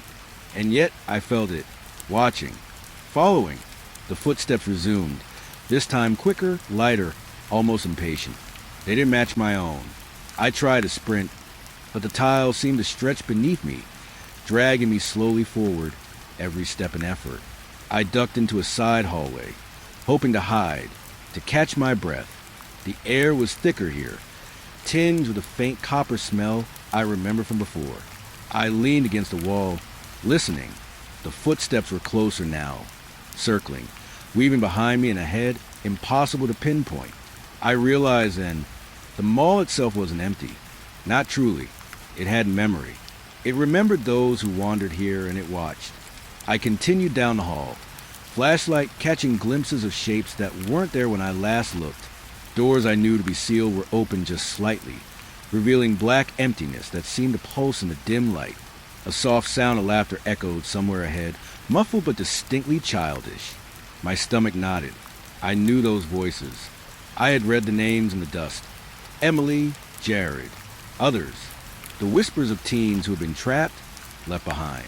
The steps behind me quickened again, and I turned sharply. The hall stretched impossibly long, and shadows twisted along the walls like living things. I caught a glimpse of movement. A figure crouched low, thin and impossibly tall, limbs bending in ways that shouldn't exist. It vanished when I blinked, leaving only the echo of footsteps, echoing, mocking, following. I stumbled into the central atrium. The skylights overhead were cracked, pale moonlight filtering through. The food court was empty, yet I could feel the gaze of unseen eyes pressing in from every corner. The whispers returned, threading around me, wrapping my mind in cold coils. I tried to steady my breathing, tried to convince myself it was imagination, but every fiber of me knew better. Then I noticed something. Small notes taped to storefronts, scrawled in the same shaky hand as the dust markings. Don't go.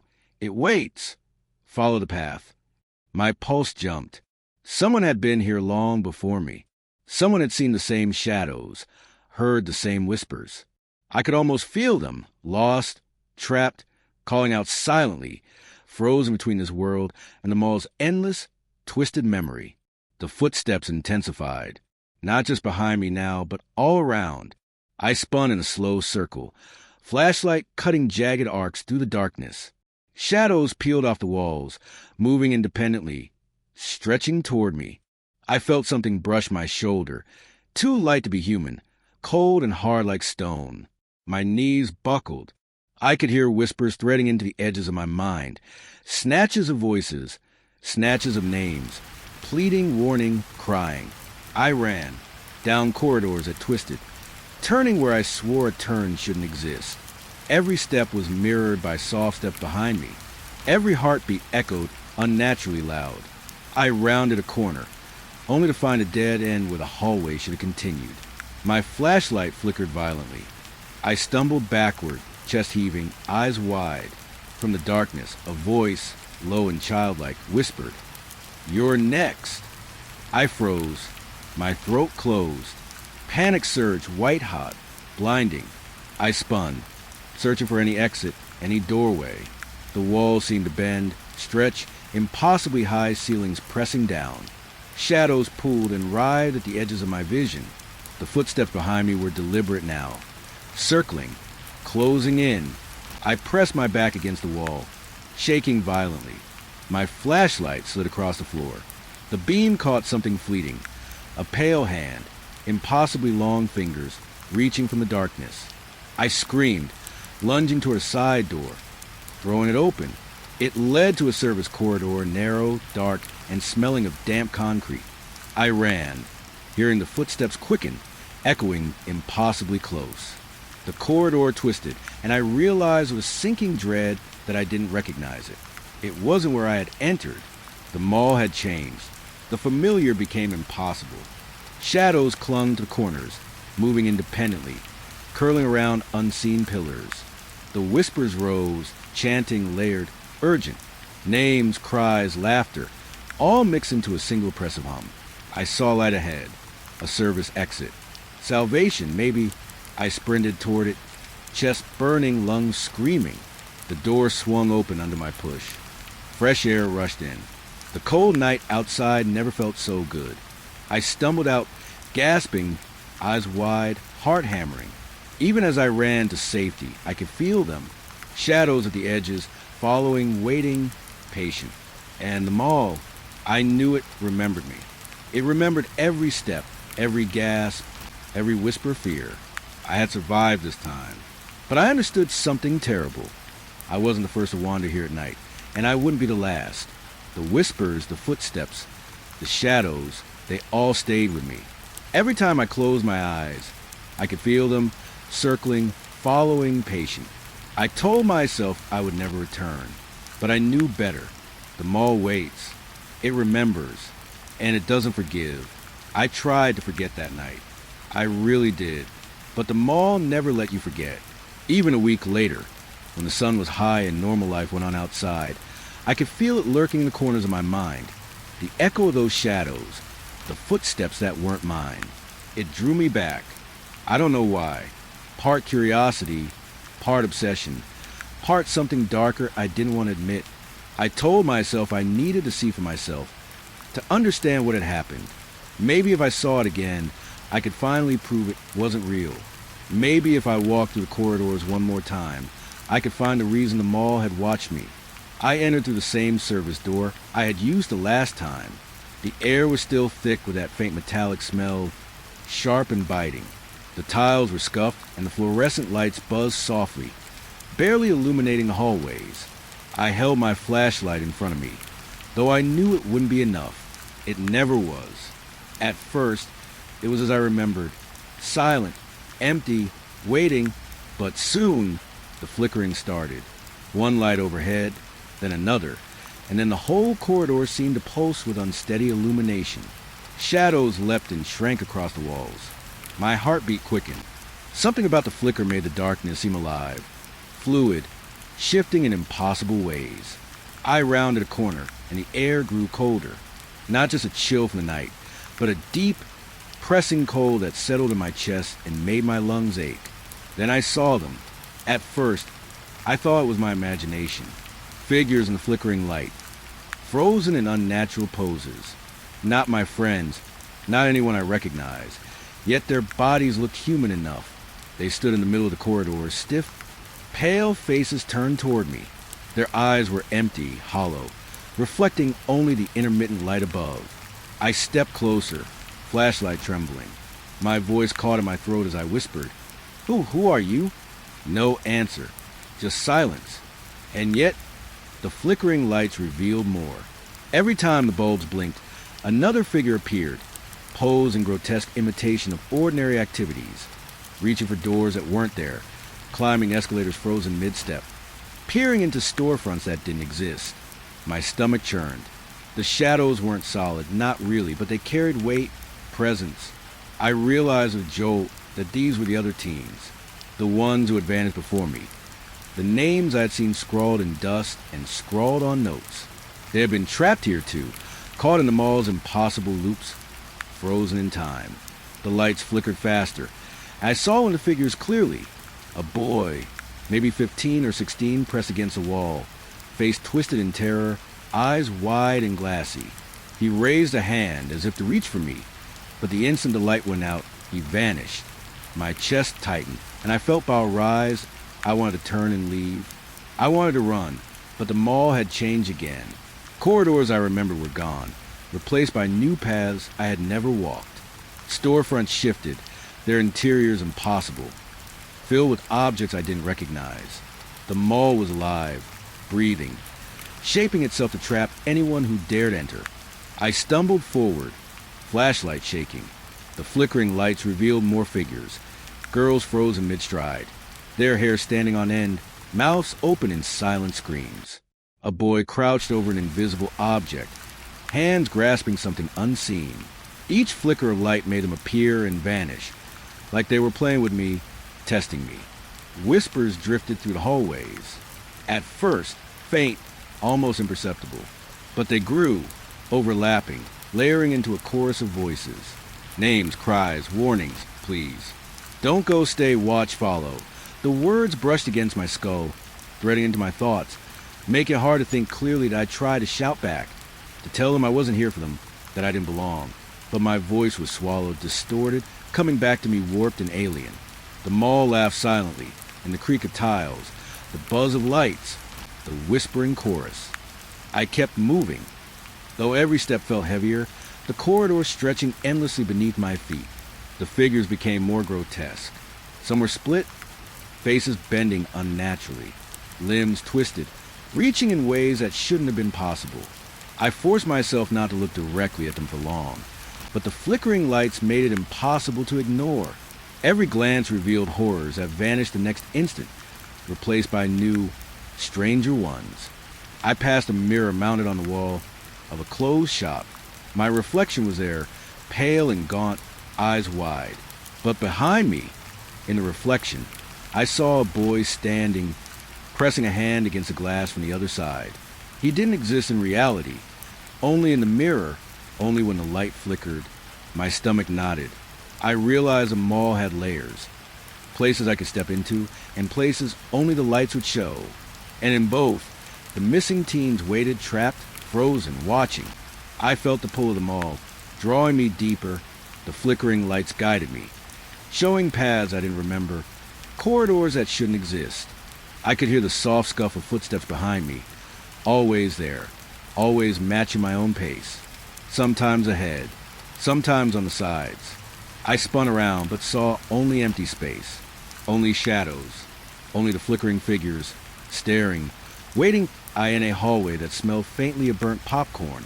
I found another note, taped to a shuttered storefront. The handwriting was small, frantic. He watches. Don't trust the lights. I shivered. He watches.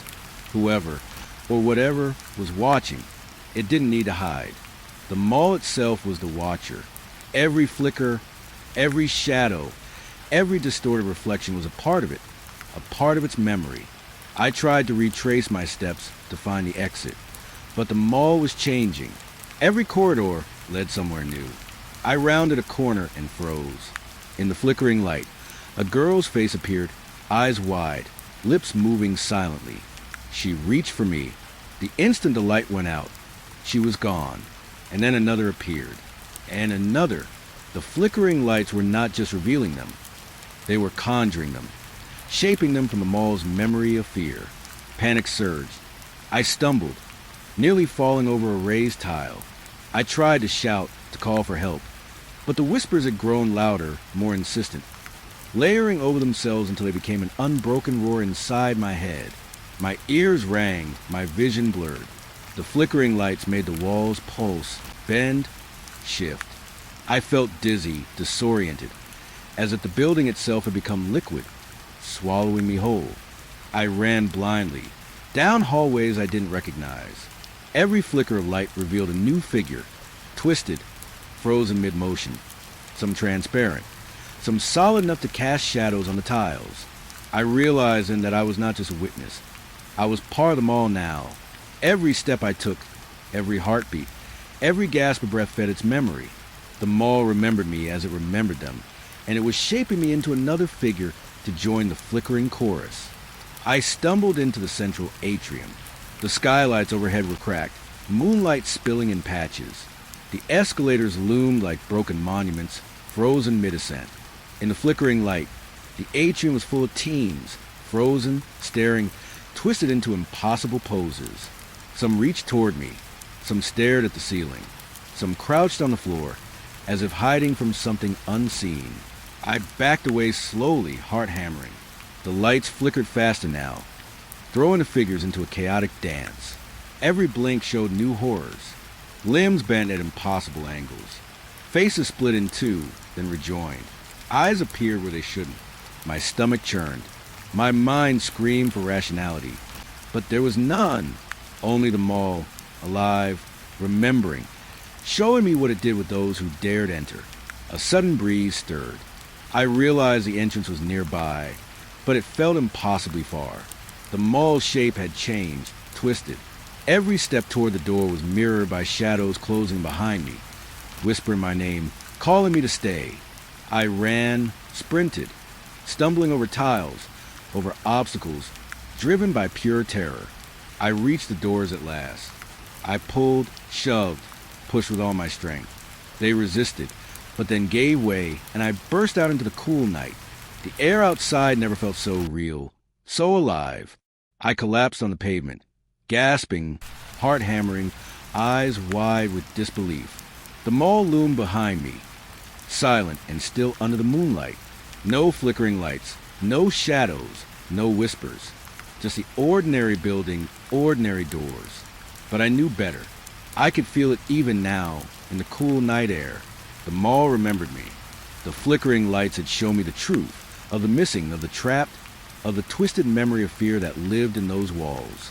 And I knew, even as I ran home, that I would never truly escape it. The shadows, the flickering lights, the frozen faces, they stayed with me. Every time I closed my eyes, I could see them. Every time I walked past an empty hallway, I could hear the whispers. The mall never forgets. And neither do I. I thought I had left it behind that night. I thought the cold air, the concrete under my hands, the moonlight washing over the mall's roof would cleanse it from my memory. But I was wrong. Something had followed me. Something from inside that building had attached itself to my thoughts, my dreams, even the way I walked home. And I went back. Not because I wanted to, not because I was brave, because the pull was there. A tug in the back of my mind I couldn't resist. I told myself it was curiosity, that I needed answers. But deep down, I knew the truth. The mall had claimed part of me, and I needed to see if I could reclaim it. The doors I had used before were locked. Every emergency exit, every service door I knew, sealed tight. I found a side door that had never been there. Or perhaps I had never noticed it. The handle was cold, slick with condensation, and it didn't budge at first. But with a firm shove, it swung inward with a low creak, revealing a dim corridor. The smell hit me immediately. Dust, decay, that faint copper tang I had learned to associate with fear. I took a deep breath and stepped inside. The flashlight in my hand shook slightly, though I tried to steady it. The mall was quiet, too quiet. I moved slowly, each step deliberate. The corridor opened into a main hallway, and the familiar stores were all here, yet different. Their windows were darkened, shutters down, but the glass reflected back more than I expected. I glanced at my reflection, and my stomach sank. My face was mine, pale and tense, but the eyes weren't mine. They flickered, briefly, showing terror I didn't feel. And behind me, just in the corner of the reflection, figures, dozens of them, stood frozen, faces pressed against the glass, mouths open in silent screams. When I looked directly, they vanished. When I glanced back at the reflection, they were there again, I swallowed hard and forced myself forward. The doors of the stores were locked tight. No amount of pushing or jiggling would budge them. And yet, inside each shop, I could see movement. Shadows shifting, twisting into impossible forms. Sometimes I glimpsed familiar faces. Teens I knew had gone missing over the years, staring at me from the other side of the glass. Their eyes were hollow, empty, yet somehow pleading. I realized then what the mall was showing me. Not just the missing, it was showing me possibilities. Futures that had been stolen. Choices frozen in time. The mall remembered everyone who had entered after hours. And it had kept them. Frozen them in glass, in shadows, in the reflections that only flickered for an instant. I reached out to touch a window. My fingers met cold glass. And for a heartbeat, I thought I felt resistance. A pressure pushing back, subtle but undeniable. The reflection warped. The figure of a boy, maybe my age, pushed his hand against mine from inside the glass. His lips moved, forming words I couldn't hear. And then he was gone. Just the empty hallway. My trembling hand pressed against the cold pane. I moved from store to store, flashlight cutting arcs of light across the floors. Some windows were cracked, revealing small details. A backpack abandoned on the floor. A notebook opened to blank pages that fluttered as if touched by invisible hands. Every step I took, I felt eyes on me. Every reflection, every shadow seemed alive, moving independently, tracking me, learning me. I stopped in front of the shop with a mirror display. My own reflection smiled, though I didn't. Behind me, the glass showed a hallway crowded with figures. Their faces twisted, some crying, some laughing. I spun around. Empty. No one. I looked back at the reflection. They were still there, pressing against the glass, reaching, begging, warning.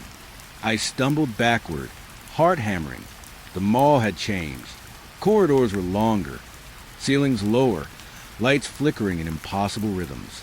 I wanted to leave. I tried to retrace my steps. But the mall wasn't the same building I had entered. It had reshaped itself. Every doorway I recognized had vanished. Every sign pointed elsewhere. And then I understood I might never leave. A soft whisper brushed past my ear, so quiet I almost didn't hear it. Stay. I froze. The air was thick with it now. The whispers grew, layering together, repeating, overlapping. Stay, stay, stay. Every door I tried to open resisted. Every reflection showed figures I had never seen before.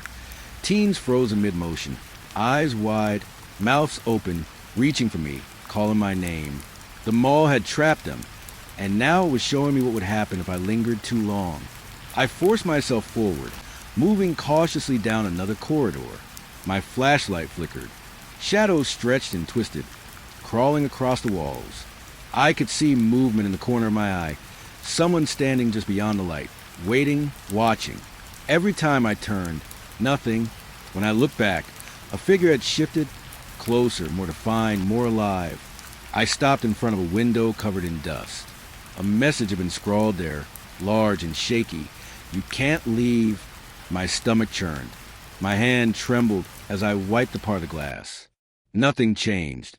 The words remained, etched as if by someone unseen. Behind me, footsteps echoed softly, circling deliberate. Not my own, not human. I turned slowly. The hallway was empty, but the air was heavy, thick with expectation. I could feel it, the mall alive, watching, shaping my path, feeding on my fear. My chest tightened. I realized with terror that this wasn't a building anymore. It was something else. Something patient. Something that remembered every visitor, every step, every heartbeat. The reflections continued to show impossible images. Some familiar, some horrifying. Teens pressed against windows, hands reaching through. Faces twisted in silent screams. Others crouched in corners, eyes wide, staring at me from impossible angles. I could feel their longing, their panic, their despair. They were trapped, and the mall wanted to show me that I could join them. I stumbled forward, trying to find an exit, but the doors remained locked. No handle gave way. No shutter lifted. Every attempt ended the same, Resistance, cold metal. Unyielding, absolute. And every attempt revealed more reflections, more figures, more silent pleas. I leaned against a wall, trembling. My flashlight flickered one last time. In that brief strobe of light, I saw myself not as I was, but as I could become, pale, frozen, eyes wide, pressed against glass, reaching out for someone who would never arrive. And then the light died. The hallway plunged into darkness. I could feel them all breathing around me, listening, watching, shaping the silence. I wanted to scream, to run, to break free, but the air itself seemed to resist me. My hands shook violently. The whispers returned, soft at first, then rising in intensity. Stay, stay, stay.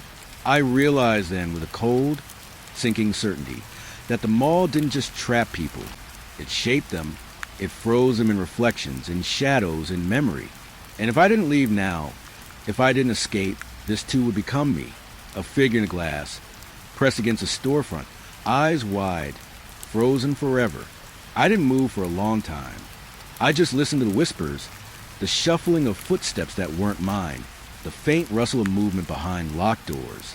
The mall waited. It always waited. And I understood, truly, that the mall didn't care if I survived or not. It simply remembered. I forced myself forward, one trembling step at a time. The reflections followed. The figures pressed closer, their silent screams brushing at the edges of my mind. I reached another door, a service exit. It was locked too, but I could see the faint outline of the handle. I grabbed it, shaking, and pushed with every ounce of strength. The door creaked, but didn't open. And behind me, in every reflection, every shard of glass, every flicker of light, the figures reached. The mall's memory pressing from all sides, patient, inevitable, eternal. I understood then. I might leave the building, but it would never leave me. The mall doesn't forget, and neither do I. I thought I had enough courage to leave, to finally step out into the night and never look back. But as I moved toward the exit, I had somehow remembered, the one that should have led outside. I realized I was no longer sure of anything. The hallways had shifted again. The floor stretched unnaturally, tiles bending like waves. The lights flickered, and in that unsteady illumination, the exit door appeared before me. Solid, metallic, familiar. Relief surged through me. I ran toward it, heart hammering, chest tight with adrenaline and fear. My hands shook as I grabbed the handle, twisted, and pulled. It didn't budge. I tugged harder, leaned my weight against it. A soft click sounded. The door swung open, and I was back inside. Not the night outside. Not the cold air I remembered. The same dim corridor I'd been walking for hours, perhaps days, stretched before me. My stomach dropped, and a cold wave of panic swept through me. I backed away slowly, pressing myself against the wall, trying to catch my breath. This wasn't real. It couldn't be real. I tried to convince myself of that. Maybe my mind had fractured. The stress, the terror, the endless shadows had broken me. But deep down, I knew the truth. The mall had never intended to let me leave. It never intended to let anyone leave. I moved cautiously forward, retracing steps I thought I remembered, hoping to find another exit, another door. But the corridors twisted impossibly, leading me past storefronts I hadn't seen before. Windows reflected back faces, faces of teens I'd read about online, kids who had gone missing over the years, frozen mid-motion, trapped in the mall's shifting memory. They pressed against glass, reaching for me, mouths opening in silent screams that twisted in the flickering light. I tried to call out to them. I'm here. I see you. My voice sounded small, weak, swallowed by the oppressive air. The reflections didn't answer, didn't move. Only the lights flickered faster, showing glimpses of figures I hadn't noticed before. Some crouching, some suspended unnaturally in midair, some walking slowly toward me before vanishing entirely. I stumbled into a dead end, a shuttered storefront. My flashlight caught something on the glass. Handprints. Small, desperate prints smeared across the pane, leading toward me, reaching as if begging for freedom. I pressed my palm to the glass, shaking, feeling that familiar cold resistance. My reflection stared back at me, Only it wasn't quite my reflection.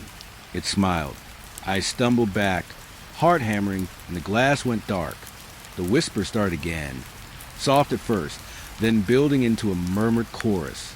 Names I recognized, names I had never heard. Stay, you can't leave, follow, wait. The voices overlapped, echoing inside my skull. I pressed my hands to my ears, but the sound wouldn't stop. I ran, down corridors that seemed to stretch farther than possible, past doors that shouldn't exist. Each one I tried led to more reflections, more impossible figures. I saw my friends, or what had once been my friends, trapped in flickering windows, walking endlessly in mirror hallways, climbing staircases that led nowhere. And each time I blinked, a new figure appeared, walking, staring, frozen in silent terror. I understood then the mall's cruel design. It wasn't just a building. It was a trap, a memory machine, a collector. Every teen who disappeared became part of it, frozen in shadows, in glass, in light. And now it was shaping me the same way. Every step I took fed its memory. Every heartbeat, every gasp, every flicker of fear added to its weight. I rounded a corner, expecting the exit to be near. And it was there, metallic and familiar, exactly where I remembered. Relief surged, followed immediately by dread. My reflection in the door's polished surface wasn't alone. Behind me, pressed against the glass, were dozens of figures, their eyes hollow, mouths open, reaching. Faces I recognized, faces I didn't. And in the flicker of light, I could see them moving, circling, following me with that impossible, patient intent. I reached for the handle. The cold metal burned my hand. I pulled. The door swung open, and I was inside the mall again. I fell to my knees, gasping, pressing my hands against my face. Tears streamed down my cheeks. I wanted to scream, to run, to collapse into the night, but the air itself seemed to resist me. The mall was alive, breathing, waiting. Every corridor stretched longer. Every shadow grew darker. Every flicker of light revealed more of its trapped occupants. I tried to reason. It's not real. This is a dream. I'll wake up. But the walls bent around me, stretching impossibly, corridors folding into themselves. The light flickered, revealing teens frozen in mid-step, mid-reach, faces pressed to glass and mirrors, shadows that didn't belong, watching, waiting. I stumbled into the central atrium, the place I thought was familiar. The skylights above were cracked, allowing moonlight to spill through in fractured beams. And yet, it wasn't the same atrium. Escalators loomed, frozen mid-ascent. Storefronts shifted, impossible reflections catching my eye. Every surface was alive, shimmering with ghosts of those trapped inside. I realized something terrible. I wasn't just seeing them. I was one of them now, part of the mall's memory. The corridor I had entered stretched behind me, impossibly long, bending back on itself. Every door I had tried, every exit I had imagined, had led back inside. The mall didn't let go. The mall didn't forget. The whispers grew louder, filling my head. Names, warnings, cries for help. I could hear footsteps behind me. Slow, deliberate, circling, never stopping. I spun around. Empty corridor. Only shadows. Only reflections. Only the flickering faces of those who had come before. I understood then what the mall wanted. It didn't want to hurt me. Not really.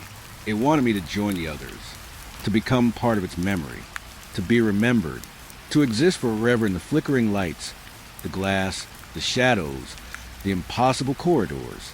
I ran again, desperate, hands trembling, lungs burning. I stumbled over a tile and fell forward, my flashlight rolling, casting arcs of light across the walls. Figures appeared and vanished in those fleeting beams. A boy crouched on the floor, eyes wide, hands pressed to the glass as if trying to climb out.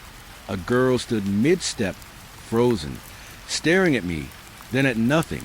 Their faces were familiar, yet distorted, twisted in terror that didn't belong to them alone.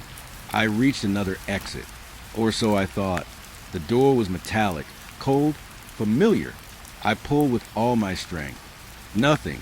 I shook it, pounded on it. The door didn't move. And then I realized this was an exit. It had never been an exit. The mall had folded itself, stretching, bending, shaping itself to trap me.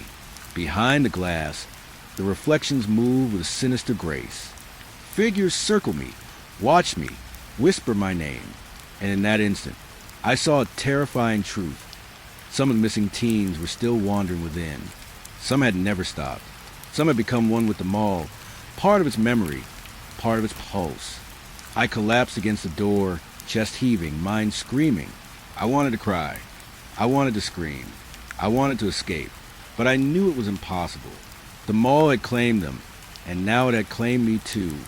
I pressed my forehead to the cold metal, feeling the vibrations, the heartbeat of the building. It pulsed with every missing teen it had swallowed, every heartbeat, every flicker of light. Every shadow in the corner of my vision was alive, watching, waiting, learning, shaping. I whispered their names, the ones I recognized, the ones I had read about, the ones I had glimpsed in reflections, and them all answered, not with sound, but with a presence that pressed into my chest, a weight of memory and fear and impossibility. I understood then that leaving was not an option, that no matter how far I ran, no matter how strong I pulled, the mall would always be with me, and I would always be part of it. The whispers, the flickers, the figures, they surrounded me. Every reflection I saw, every shadow I passed, every corridor I entered carried their faces, their voices, their frozen terror. And in the deepest part of me, I knew that some of them were still wandering, still searching, still trapped in the endless loops of the mall. I sat on the floor, head in my hands, tears blurring my vision. The exit that wasn't had shown me the truth. The mall was eternal. Its memory was eternal. And so, in some way, were we. The missing teens, the lost, the ones who had vanished. Part of them lived on in the shadows, the reflections, the flickering lights. And now part of me did too. I whispered, barely audible, I see you. I know. And the mall whispered back, patient, eternal, unyielding, stay. I thought I had enough courage to leave, to finally step out into the night and never look back. But as I moved toward the exit, I had somehow remembered, the one that should have led outside. I realized I was no longer sure of anything. The hallways had shifted again. The floor stretched unnaturally, tiles bending like waves. The lights flickered, and in that unsteady illumination, the exit door appeared before me. Solid, metallic, familiar. Relief surged through me. I ran toward it, heart hammering, chest tight with adrenaline and fear. My hands shook as I grabbed the handle, twisted, and pulled. It didn't budge. I tugged harder, leaned my weight against it. A soft click sounded. The door swung open, and I was back inside. Not the night outside. Not the cold air I remembered. The same dim corridor I had been walking for hours, perhaps days, stretched before me. My stomach dropped, and a cold wave of panic swept through me. I backed away slowly, pressing myself against the wall, trying to catch my breath. This wasn't real. It couldn't be real. I tried to convince myself of that. Maybe my mind had fractured. The stress, the terror, the endless shadows had broken me. But deep down, I knew the truth. The mall had never intended to let me leave. It never intended to let anyone leave. I moved cautiously forward, retracing steps I thought I remembered, hoping to find another exit, another door. But the corridors twisted impossibly, leading me past storefronts I hadn't seen before. Windows reflected back faces, faces of teens I had read about online, kids who had gone missing over the years, frozen mid-motion, trapped in the mall's shifting memory. They pressed against glass, reaching for me, mouths opening in silent screams that twisted in the flickering light. I tried to call out to them. I'm here. I see you. My voice sounded small, weak, swallowed by the oppressive air. The reflections didn't answer, didn't move. Only the lights flickered faster, showing glimpses of figures I hadn't noticed before. Some crouching, some suspended unnaturally in midair, some walking slowly toward me before vanishing entirely. I stumbled into a dead end, a shuttered storefront. My flashlight caught something on the glass. Handprints. Small, desperate prints smeared across the pane, leading toward me, reaching as if begging for freedom. I pressed my palm to the glass, shaking, feeling that familiar cold resistance. My reflection stared back at me, only it wasn't quite my reflection. It smiled. I stumbled back, heart hammering, and the glass went dark. The whisper started again, soft at first, then building into a murmured chorus. Names I recognized, names I had never heard. Stay, you can't leave, follow, wait. The voices overlap, echoing inside my skull. I pressed my hands on my ears, but the sound wouldn't stop. I ran, down corridors that seemed to stretch farther than possible, past doors that shouldn't exist. Each one I tried led to more reflections, more impossible figures. I saw my friends, or what had once been my friends, trapped in flickering windows, walking endlessly in mirror hallways, climbing staircases that led nowhere. And each time I blinked, a new figure appeared, walking, staring, frozen in silent terror. I understood then the mall's cruel design. It wasn't just a building. It was a trap, a memory machine, a collector. Every teen who disappeared became part of it, frozen in shadows, in glass, in light. And now it was shaping me the same way. Every step I took fed its memory. Every heartbeat, every gasp, every flicker of fear added to its weight. I rounded a corner, expecting the exit to be near, and it was there, metallic and familiar, exactly where I remembered. Relief surged, followed immediately by dread. My reflection in the door's polished surface wasn't alone. Behind me, pressed against the glass, were dozens of figures, their eyes hollow, mouths open, reaching. Faces I recognized, faces I didn't. And in the flicker of light, I could see them moving, circling, following me with that impossible, patient intent. I reached for the handle. The cold metal burned my hand. I pulled. The door swung open, and I was inside the mall again. I fell to my knees, gasping, pressing my hands against my face. Tears streamed down my cheeks. I wanted to scream, to run, to collapse into the night, but the air itself seemed to resist me. The mall was alive, breathing, waiting. Every corridor stretched longer. Every shadow grew darker. Every flicker of light revealed more of its trapped occupants. I tried to reason. It's not real. This is a dream. I'll wake up. But the walls bent around me, stretching impossibly, corridors folding into themselves. The light flickered, revealing teens frozen in mid-step, mid-reach, faces pressed to glass and mirrors, shadows that didn't belong, watching, waiting. I stumbled into the central atrium, the place I had thought was familiar. The skylights above were cracked, allowing moonlight to spill through in fractured beams. And yet, it wasn't the same atrium. Escalators loomed, frozen mid-ascent. Storefronts shifted, impossible reflections catching my eye. Every surface was alive, shimmering with ghosts of those trapped inside. I realized something terrible. I wasn't just seeing them. I was one of them now, part of the mall's memory. The corridor I had entered stretched behind me, impossibly long, bending back on itself. Every door I had tried, every exit I had imagined, had led back inside. The mall didn't let go. The mall didn't forget. The whispers grew louder, filling my head. Names, warnings, cries for help. I could hear footsteps behind me. Slow, deliberate, circling, never stopping. I spun around. Empty corridor. Only shadows. Only reflections. Only the flickering faces of those who had come before. I understood then what the mall wanted. It didn't want to hurt me. Not really.